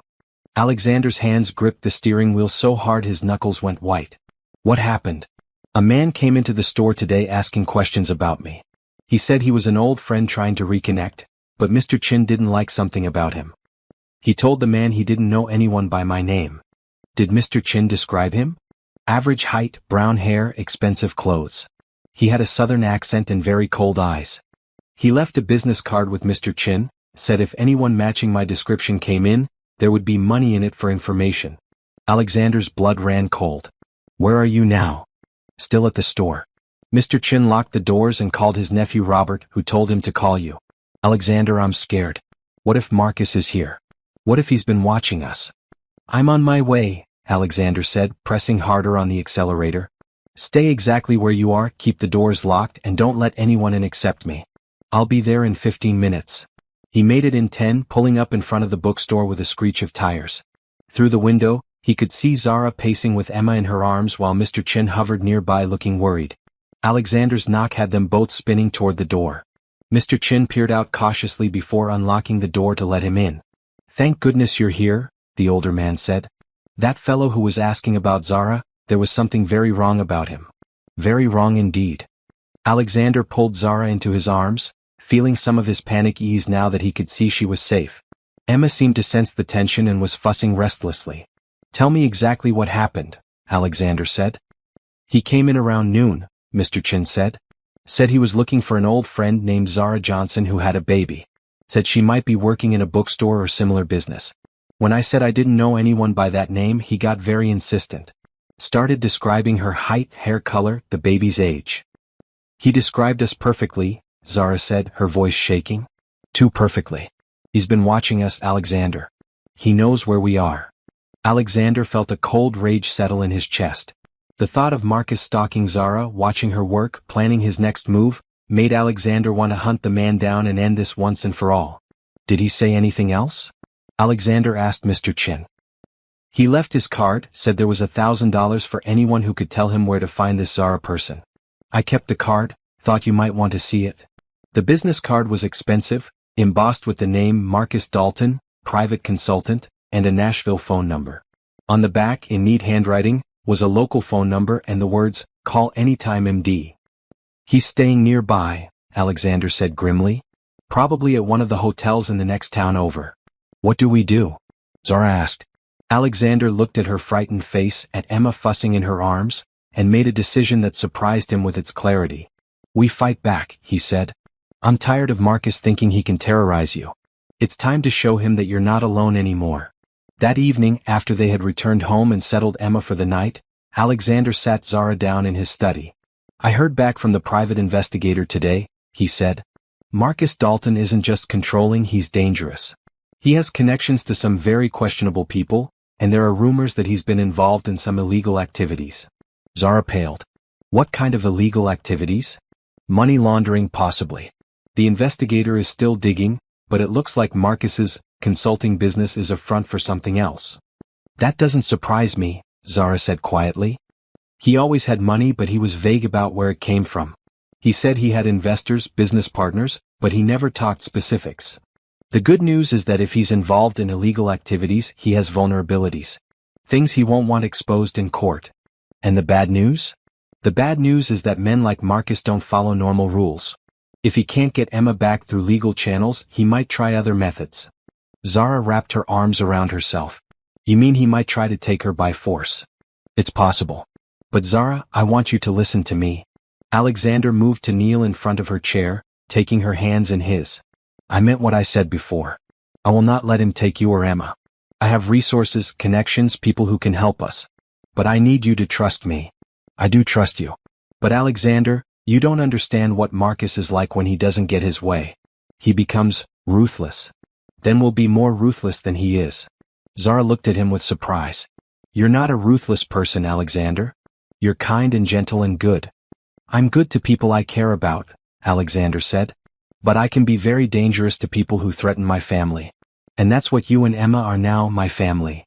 That night they made love for the first time. It was gentle and desperate and full of all the words they couldn't say out loud.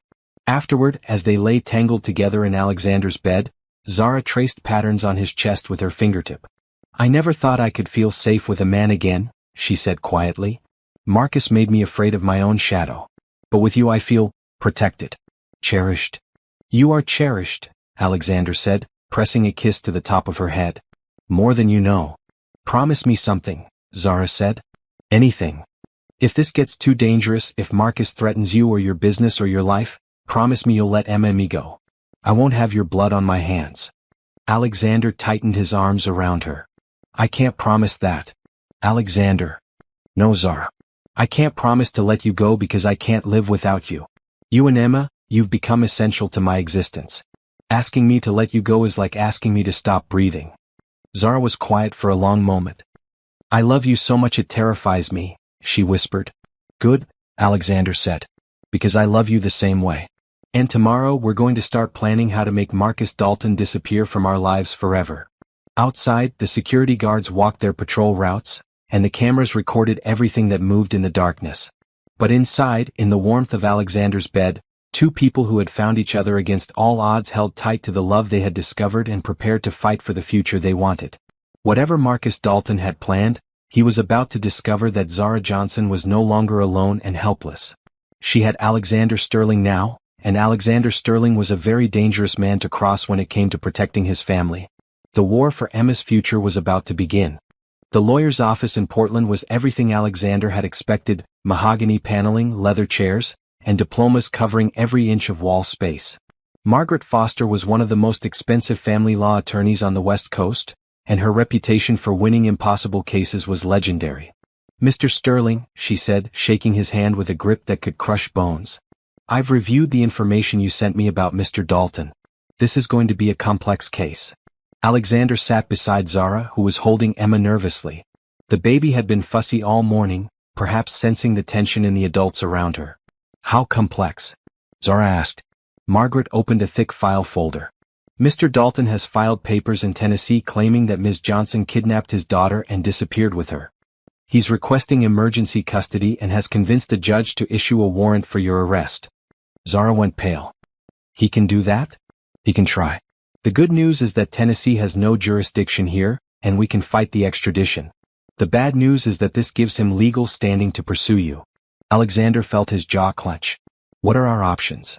We file for custody here in Oregon, establish residency, and build a case showing that Ms. Johnson is a fit mother and that Mr. Dalton poses a danger to both her and the child. But I have to warn you, he has an expensive legal team, and they're already painting Ms. Johnson as an unstable woman who fled with his child. What evidence do they have? Alexander asked. Margaret consulted her notes. Medical records showing treatment for postpartum depression, financial records showing she had no income or assets, testimony from neighbors that she seemed isolated and anxious. He caused all of that, Zara exclaimed. He isolated me, controlled my finances, made me feel crazy. I believe you, Margaret said gently. But proving emotional abuse in court is difficult, especially when the abuser is wealthy and connected. We'll need to build a strong case showing a pattern of control and manipulation. They spent 2 hours going over strategy, documents, and potential witnesses. By the time they left the office, Alexander felt like they had a fighting chance, but Zara was quiet and withdrawn. What are you thinking? He asked as they drove home. I'm thinking maybe I should take Emma and disappear again, Zara said quietly. Before this gets any worse. Alexander nearly swerved off the road. What? No, absolutely not. Alexander, you heard what the lawyer said. Marcus has resources, lawyers, legal standing. He's going to drag this through the courts for years, and meanwhile you'll be caught in the middle of it. Your business, your reputation, everything you've built. I don't care about any of that, Alexander said firmly. Zara, we can beat him. Margaret thinks we have a good case. And if we don't? If he wins custody of Emma? Zara's voice broke. I can't lose her, Alexander. She's everything to me. You won't lose her. I won't let that happen. But even as Alexander said the words, he could see doubt creeping into Zara's eyes. The confidence and happiness she had been building over the past month was crumbling under the weight of Marcus's legal assault. When they got home, Zara immediately went upstairs to put Emma down for a nap. Alexander tried to work in his study, but he couldn't concentrate. The thought of Zara running again, of losing both her and Emma just when they had started to build a life together, made him physically sick. His phone rang around 4 o'clock. The caller ID showed Margaret Foster's office. "Alexander, I have news," the lawyer said without preamble. "Good news and bad news." "Give me the bad news first." "Mr. Dalton has hired a private investigator who's been documenting Ms. Johnson's activities here. They have photos of her working at the bookstore, of you two together with the baby, of all three of you at the diner last week."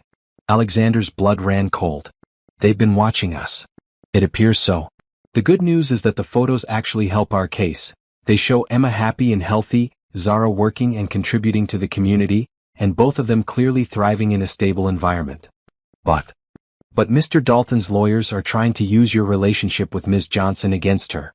They're claiming she's using you for your money, that she's an opportunist who seduced a wealthy man to avoid facing the consequences of her actions." Alexander felt rage burn in his chest. "That's ridiculous." "Of course it is. But wealthy men being taken advantage of by younger women with children is a narrative that plays well in court. We need to be prepared for them to attack your relationship." After Margaret hung up, Alexander sat in his study staring at the wall. Everything they had built together was being twisted and weaponized against them. Their love was being painted as manipulation, their happiness as a calculated scheme. "Alexander?" Zara's voice came from the doorway. "Who was on the phone?"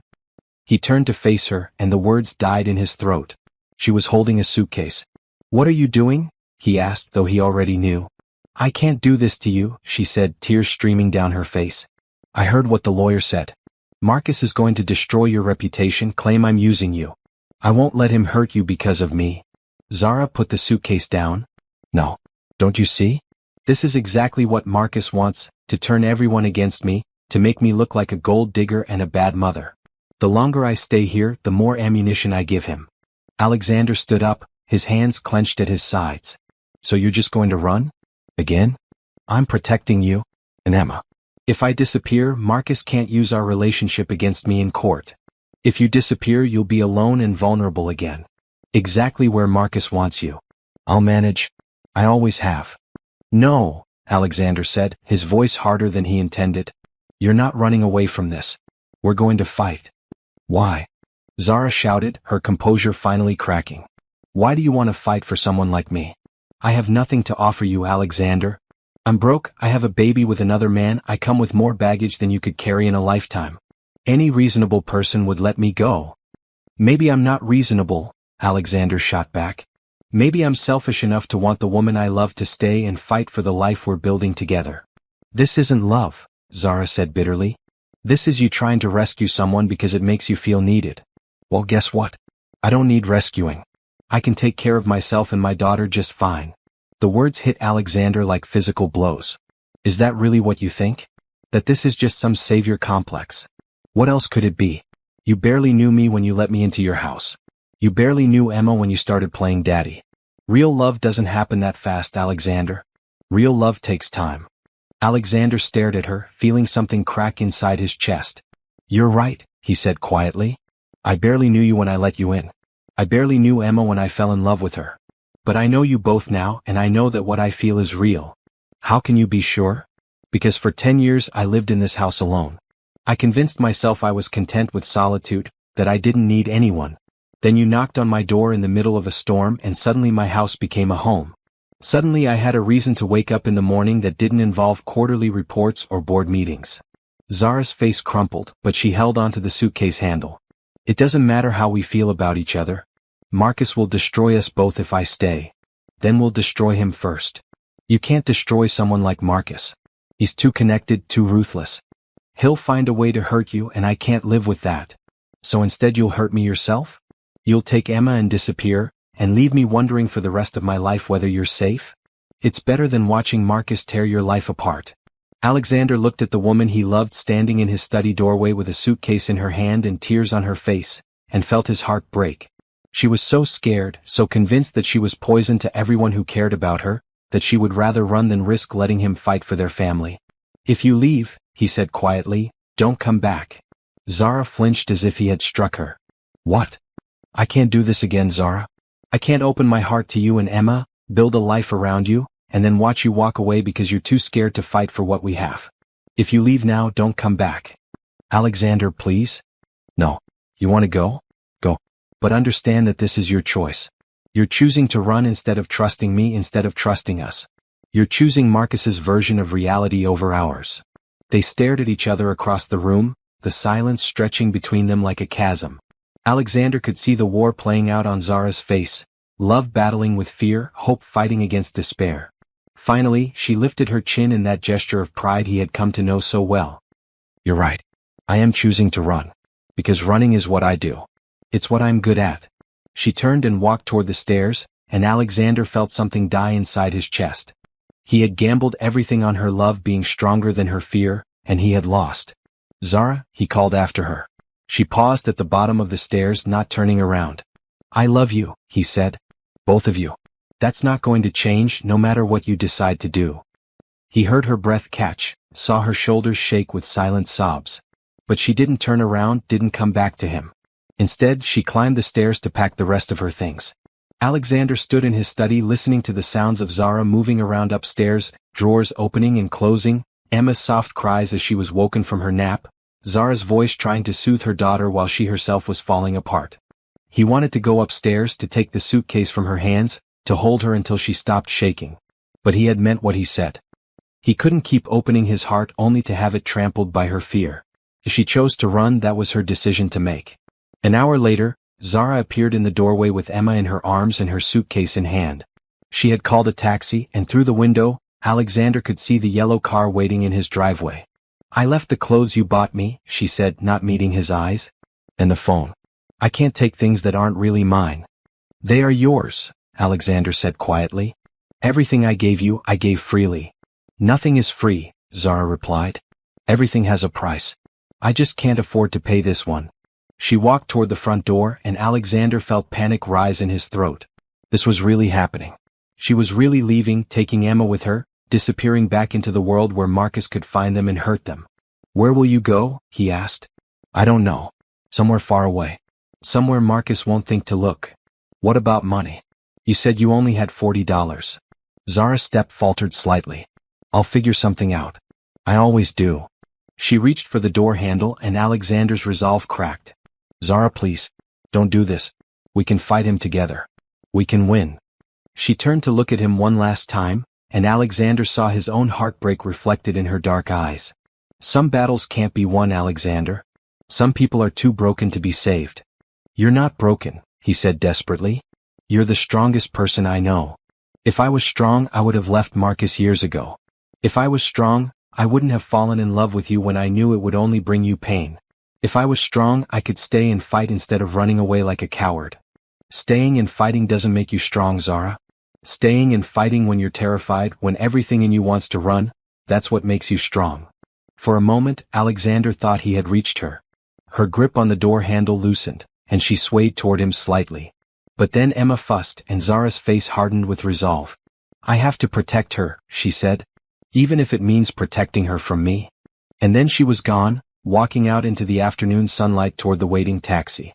Alexander watched through the window as she buckled Emma into the car seat he had bought, as she gave the driver directions to somewhere he couldn't hear. The taxi pulled away, and Alexander was alone in his house again. The silence was deafening after weeks of Emma's laughter and Zara's voice. The emptiness pressed against him from all sides, reminding him of exactly how much he had lost. He walked through the rooms they had shared, seeing ghosts of their life together everywhere. Emma's high chair in the kitchen, abandoned toys in the living room, Zara's book still open on the side table where she had been reading the night before. In his bedroom, Alexander found one of Zara's hair ties on the nightstand. He picked it up, holding the small elastic band like it was made of gold, and finally allowed himself to break down. The sobs came from somewhere deep in his chest, raw and painful and full of all the words he should have said. He should have told her that he understood her fear, that he didn't blame her for being scared of Marcus. He should have found a way to make her feel safe instead of issuing ultimatums. But it was too late now. Zara and Emma were gone, and Alexander was alone again in his empty house. He called Margaret Foster and told her to halt all legal proceedings. If Zara wasn't going to fight for custody, there was no point in continuing the case. "Are you sure about this?" Margaret asked. "We were building a strong case." "I'm sure," Alexander said, his voice hollow. "It's over." The next few days passed in a blur of work and silence. Alexander threw himself into Sterling Industries with a vengeance, working 18-hour days and sleeping in his office more often than not. His employees whispered about his changed mood, but no one dared ask what had happened. On the fourth day, Mr. Chin from the bookstore called. "Alexander, my boy, what has happened?" "Zara didn't come to work, and when I called the number I had for her, it was disconnected." "She's gone," Alexander said simply. "She left town." "Left town? But why?" "She loved working here, loved the community. And little Emma was thriving." "It's complicated, Mr. Chin." "Complicated how?" "That man who was asking about her, did he find her?" Alexander felt his chest tighten. "What man?" "Haven't you heard? There was another man in town yesterday, asking questions about Zara.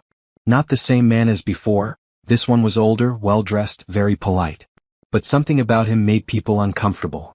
Alexander's blood ran cold. "What kind of questions?" "Where she lived, who she was involved with, whether she had seemed happy here. He was particularly interested in you actually. Asked several people about your relationship with her." "Marcus. Or someone working for Marcus." Either way, it meant Zara's fears had been justified. Marcus was closing in, and now she was out there somewhere, alone and vulnerable again. Alexander hung up and immediately called his private investigator. "I need you to find someone," he said. "Zara Johnson and her baby daughter. They left town 4 days ago, destination unknown. Any idea which direction they might have headed?" Alexander thought about Zara's fear, her desperation to get as far away from Marcus as possible. "Probably north. Maybe Canada. I'll start looking. But Mr. Sterling, if this woman doesn't want to be found."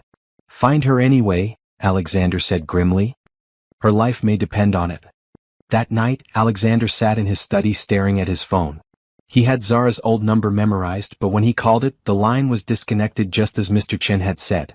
She had cut all ties, made herself impossible to reach.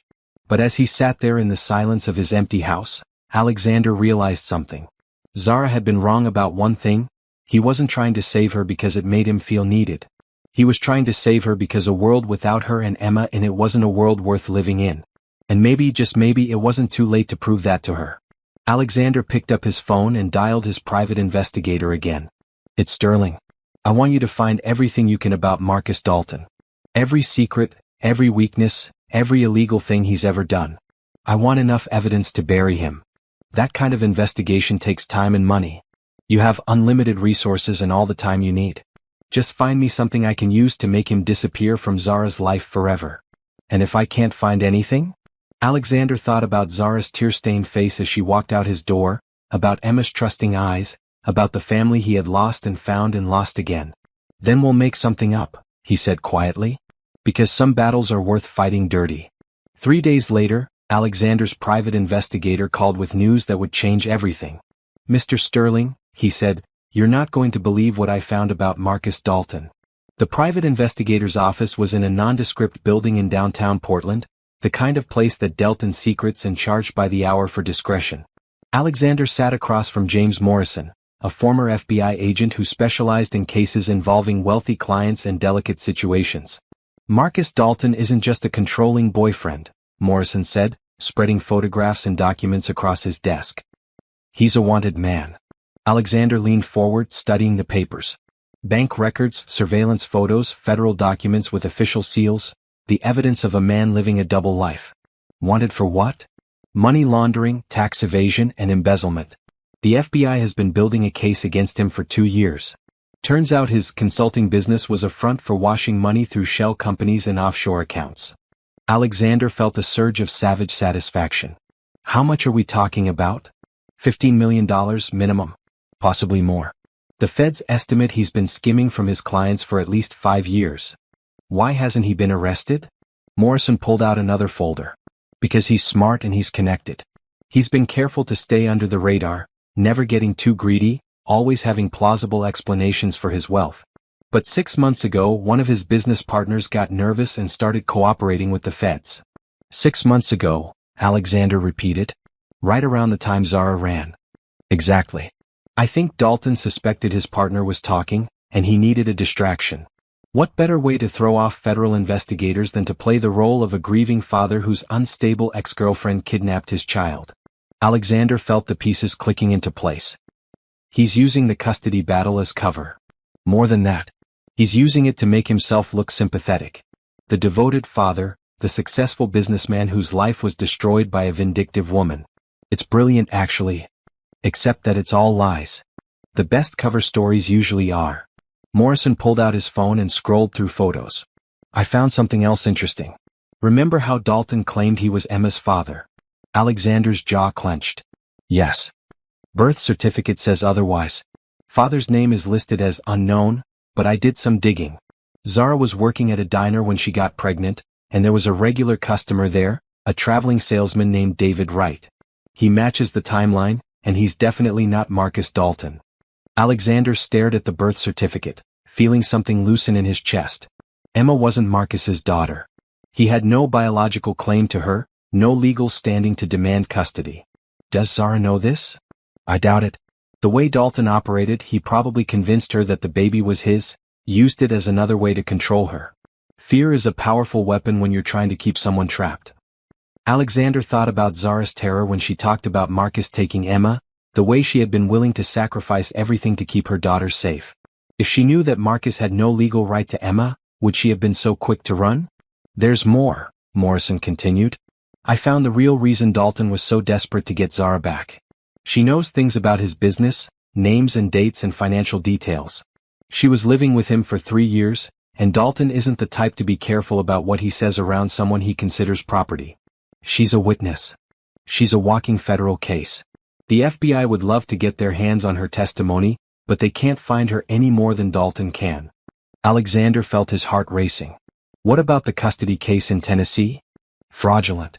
Dalton filed it under false pretenses, claiming paternity he can't prove and using forged documents to support his case. When the feds move on him, that case will disappear. When are they moving? Morrison smiled grimly. That's the beautiful part. They've been waiting for Dalton to make a mistake, to get sloppy in his desperation to find Zara. His hiring private investigators, his trips to Oregon, his increasingly frantic behavior, it's all given them the evidence they need. How long? Days. Maybe a week at most. The federal arrest warrant is already signed. Alexander stood up, his mind racing. Zara was out there somewhere, running from a man who was about to be arrested by the FBI.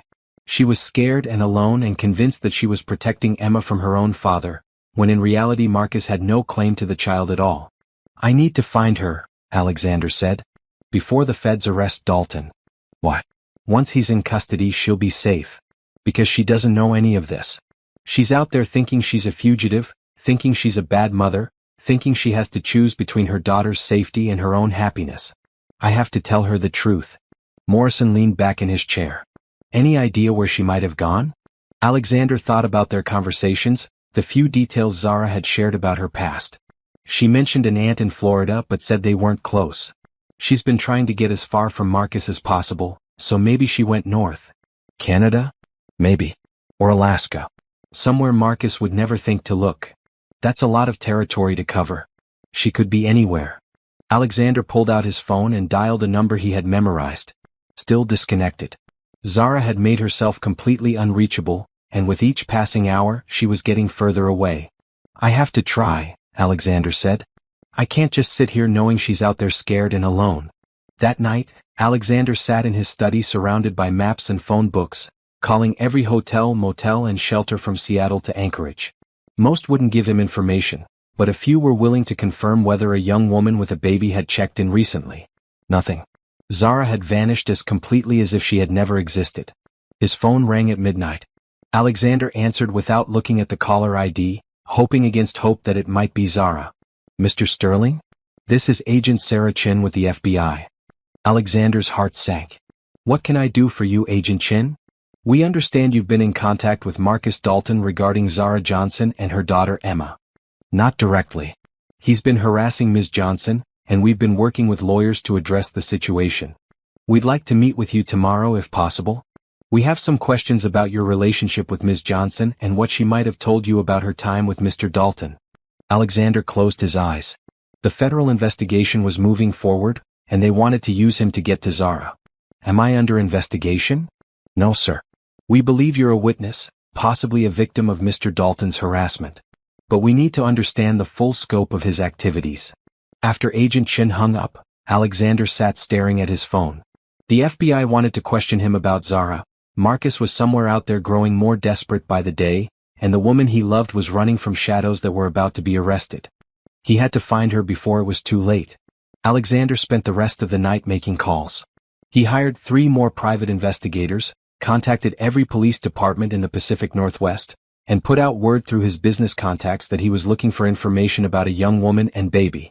By dawn he had a lead. Mr. Sterling? The voice belonged to a truck stop manager in Bellingham, Washington, just south of the Canadian border. I think I might have seen the woman you're looking for. Young black traveling alone with a baby?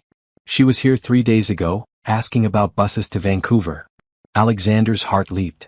Are you sure it was her? Pretty sure. She seemed scared, kept looking over her shoulder. Paid cash for everything, didn't want to give her name. The baby was fussy and she looked like she hadn't slept in days. Did she get on a bus? I don't know. But there's only one bus company that runs that route. You might try calling them. Alexander hung up and immediately dialed the bus company. After 20 minutes of being transferred from department to department, he finally reached someone who was willing to help.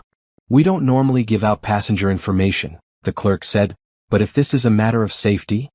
It is, Alexander said. Please. I'm trying to help her. Let me check. Yes, we had a young woman with a baby board the Vancouver bus 3 days ago. Paid cash, gave the name Sarah Johnson. Sarah Johnson. Close enough to Zara Johnson to be believable, common enough to disappear into. Alexander felt a surge of admiration for Zara's quick thinking, even as his heart broke at the evidence of how scared she must have been. Thank you, he said. Thank you so much.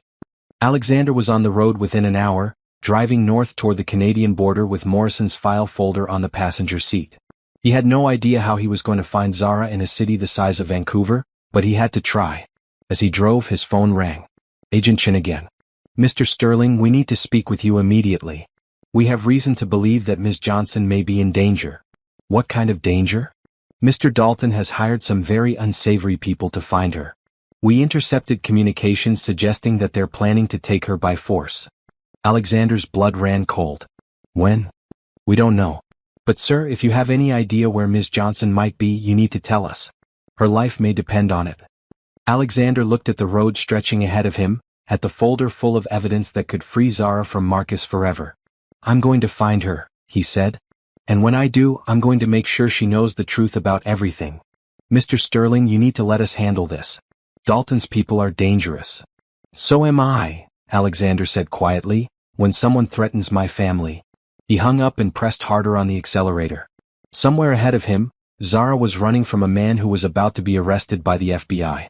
Somewhere behind him, Marcus Dalton was growing more desperate and dangerous by the hour. And somewhere in between, Alexander Sterling was racing to save the woman he loved before it was too late. The final confrontation was coming, and Alexander intended to be ready for it. Alexander found Zara in a small cafe in Vancouver's Chinatown, sitting alone at a corner table with Emma sleeping in a carrier beside her. She looked exhausted, her face pale and drawn, dark circles under her eyes that spoke of nights without sleep and days filled with fear.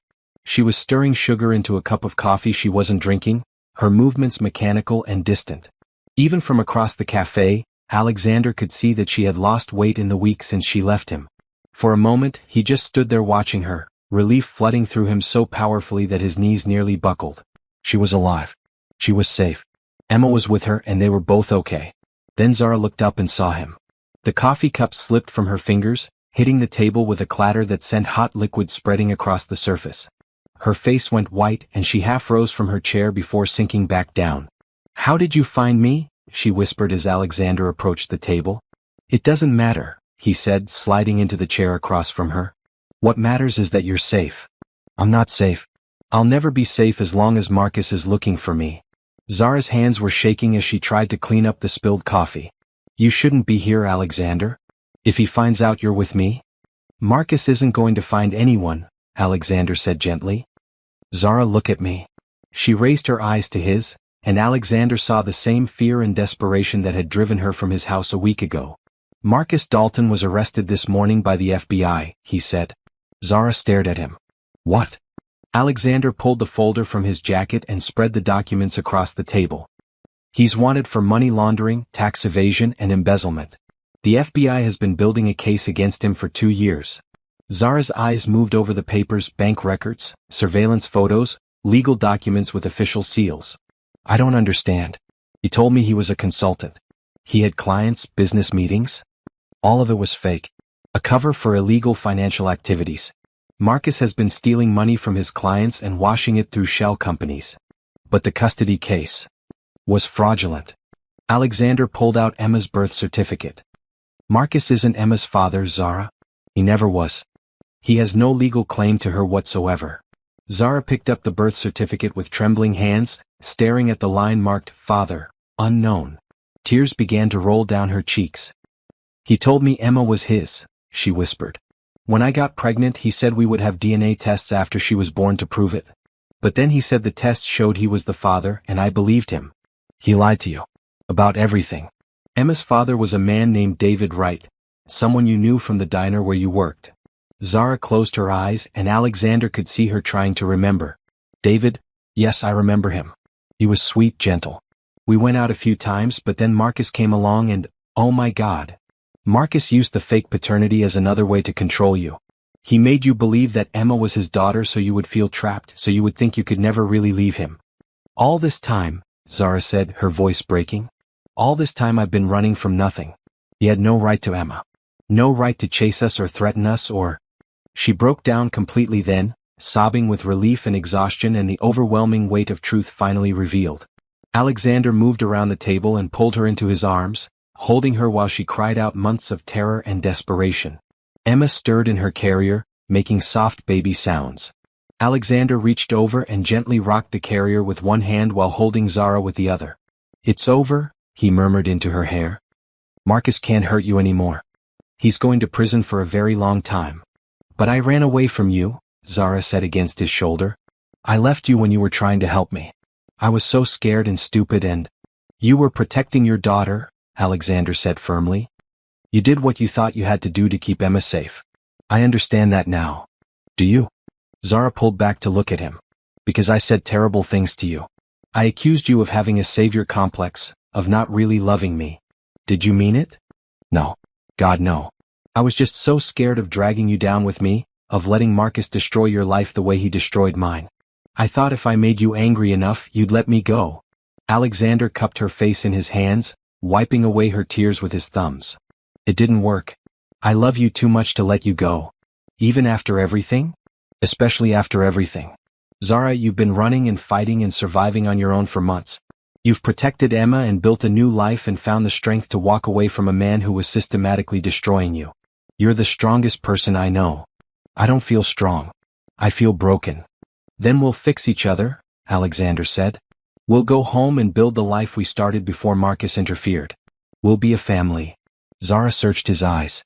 Are you sure? I mean, really sure? Because I can't do this again, Alexander. I can't fall in love with you again and then lose you. My heart won't survive it. You're not going to lose me, Alexander said. I'm not going anywhere. Ever. He kissed her then, soft and gentle and full of all the words they didn't need to say. Around them, the cafe continued its normal rhythm, but for Alexander and Zara, the world had narrowed to just the three of them, two adults who had found each other in a storm and the baby who had made them a family. When they broke apart, Emma was awake and looking up at them with bright, curious eyes. She reached for Alexander with chubby fingers, and he lifted her from the carrier, marveling again at how perfectly she fit in his arms. She missed you, Zara said, smiling through her tears. I told her stories about you every night. About the man who saved us from the storm. You saved yourselves, Alexander said. I just provided the shelter. No, you provided the love. You showed me what it feels like to be cherished instead of controlled, to be supported instead of diminished. You gave me back my sense of self-worth. Alexander looked at the woman he loved and the baby he had come to think of as his own daughter, and felt his heart expand with joy and gratitude. They had been through hell, but they had survived. They had found each other again. "Let's go home," he said. The drive back to Oregon took 2 days, with frequent stops for Emma's needs and Zara's lingering nervousness about being out in public. But with each mile they traveled south, Zara seemed to relax a little more. The constant fear that had lived in her eyes began to fade, replaced by something Alexander had never seen there before: hope. They stopped at a hotel in Seattle, and that night as they lay in bed with Emma sleeping peacefully between them, Zara told him about her week on the run. "I got as far as Vancouver before I realized I had nowhere else to go," she said. "I was sitting in that cafe trying to figure out my next move when I saw you walk in. For a second I thought I was hallucinating. What would you have done if I hadn't found you? I don't know. I was running out of money, running out of options. I probably would have had to contact social services, try to find temporary housing while I looked for work."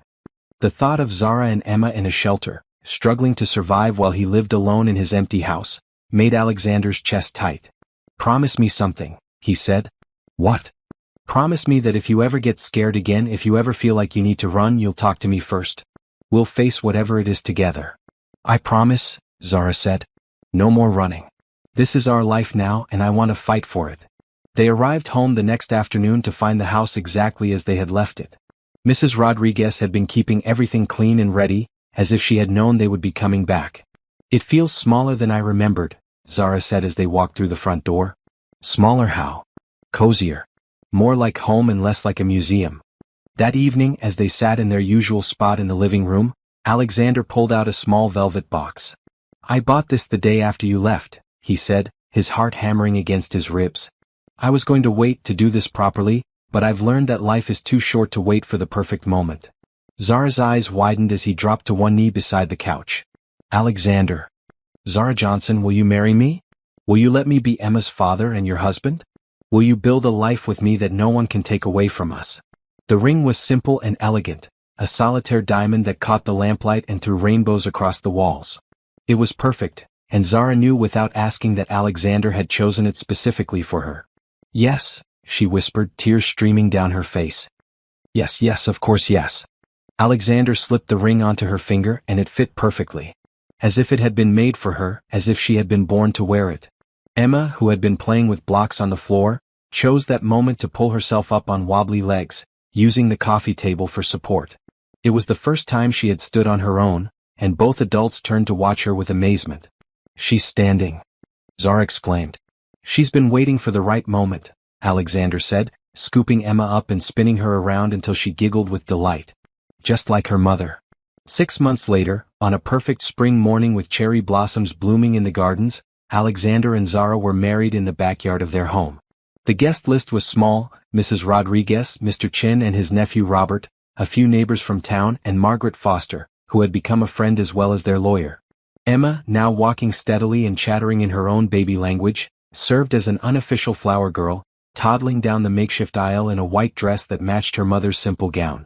As they exchanged vows under an arch of spring flowers, Alexander thought about the storm that had brought them together, about all the pain and fear and uncertainty that had led to this moment of perfect joy. "I promise to love you through every storm," he said, holding Zara's hands and looking into her eyes. "I promise to be your shelter when you need protection and your strength when you need support. I promise to be Emma's father in every way that matters, and to give both of you the family you deserve." "I promise to trust you with my heart," Zara replied, her voice steady despite the tears on her cheeks. "I promise to choose love over fear, hope over despair, and us over everything else.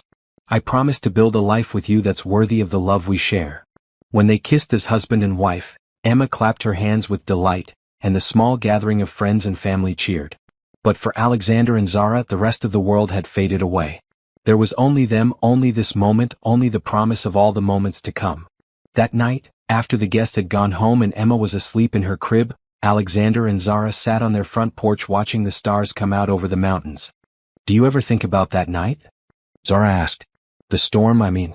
What would have happened if I hadn't knocked on your door?" "I try not to," Alexander said. "It's too terrifying to imagine. You would have been fine. You had your work, your success, your beautiful house." "I had an empty life," Alexander corrected. "I was just going through the motions of living without actually being alive.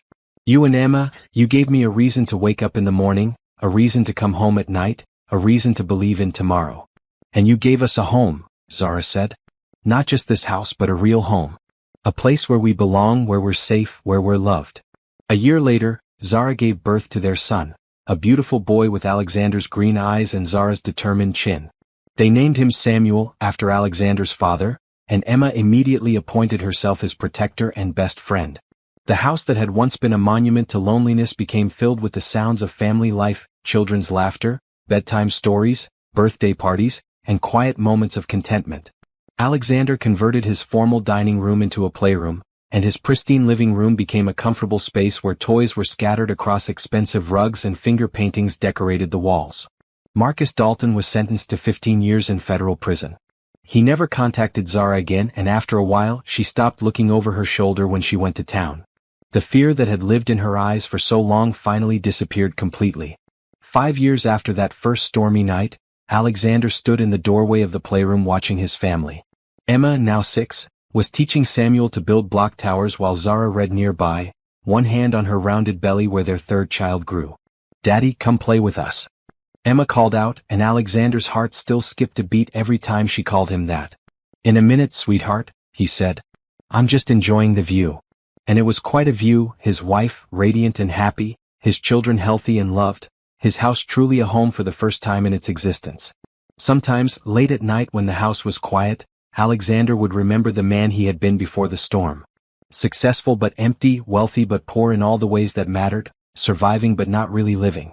The storm had taken away his carefully constructed solitude and given him something infinitely more valuable in return: a family, a purpose, a love that had transformed every aspect of his existence.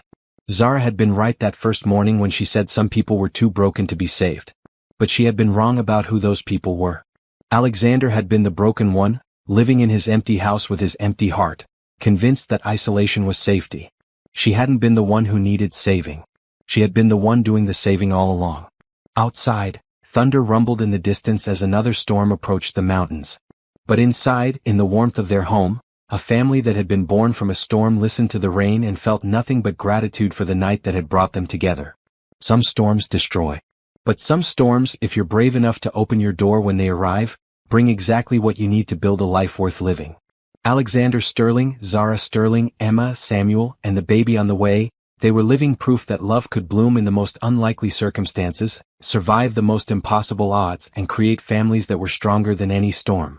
The lonely billionaire had found his cook after all. She just happened to come with a baby, a beautiful smile, and a heart brave enough to knock on a stranger's door in the middle of the night. And they all lived happily ever after. Surprise, as if kindness was something she wasn't used to receiving. The thought made Alexander angry at people he had never met, at whatever circumstances had led this young woman to his door in the middle of the night. "Are you hungry?" he asked. "I could make something." I was about to eat anyway. It was a lie. Alexander usually forgot to eat dinner, surviving on coffee and whatever his housekeeper left in the refrigerator. But Zara looked like she hadn't had a real meal in days, and he found himself wanting to take care of her the same way he had taken care of Emma.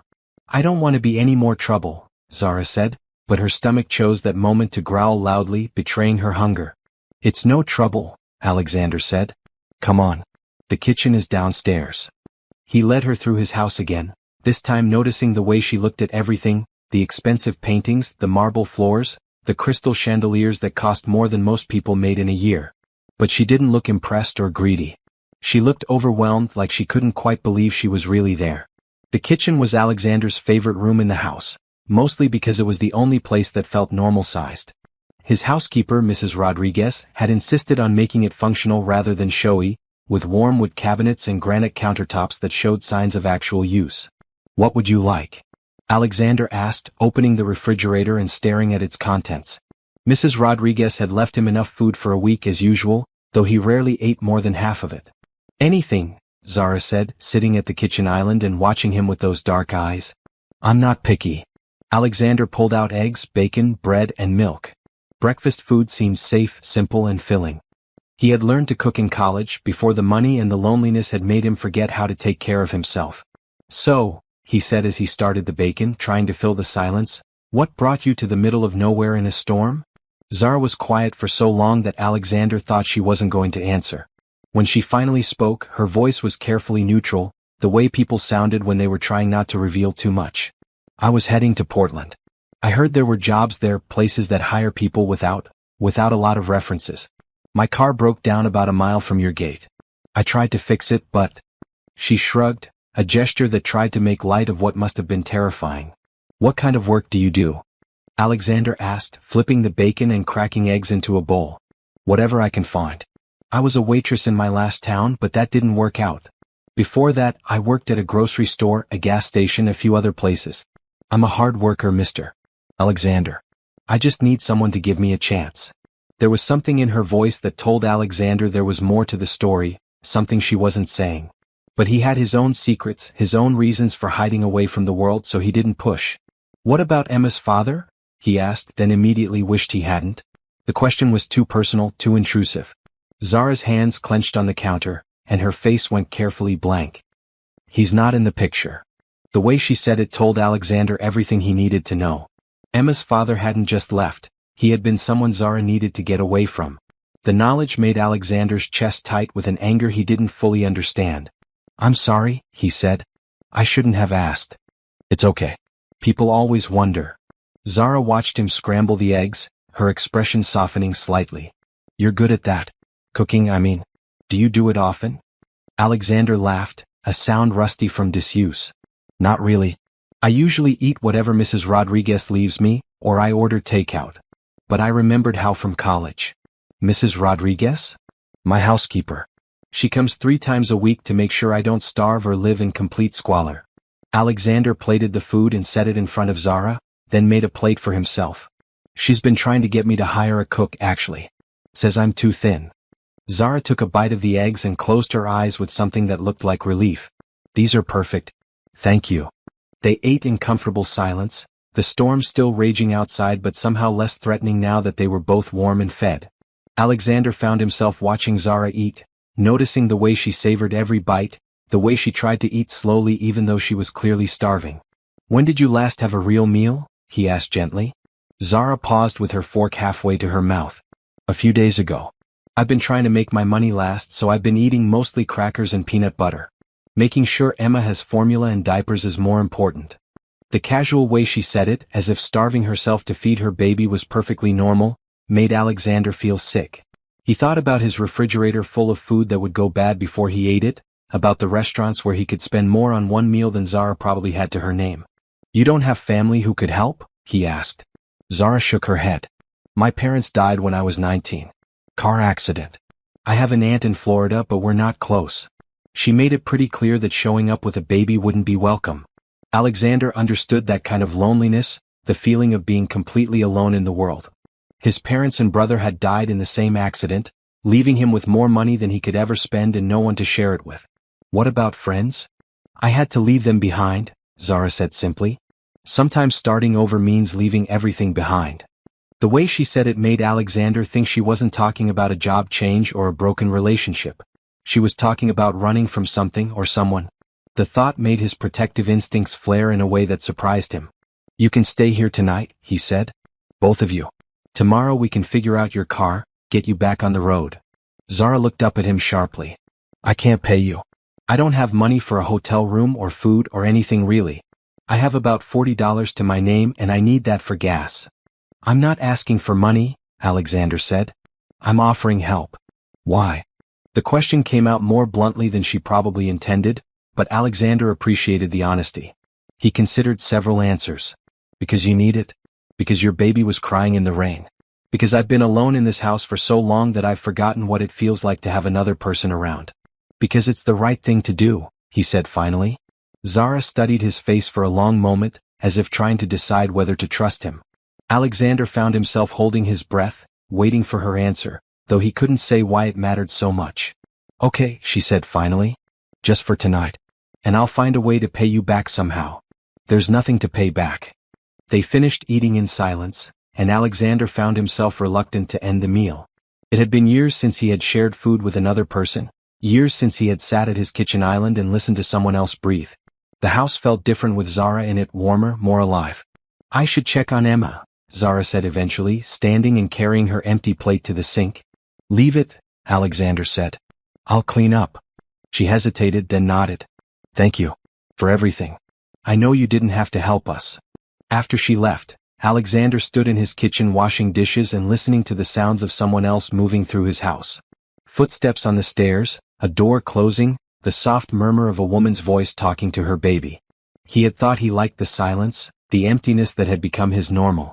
But as he dried the plates and put them away, Alexander realized that his house had never felt more like a home than it did right now, with strangers sleeping in his guest room and the memory of shared conversation still warm in his chest. Outside, the storm was beginning to weaken, the thunder moving further away.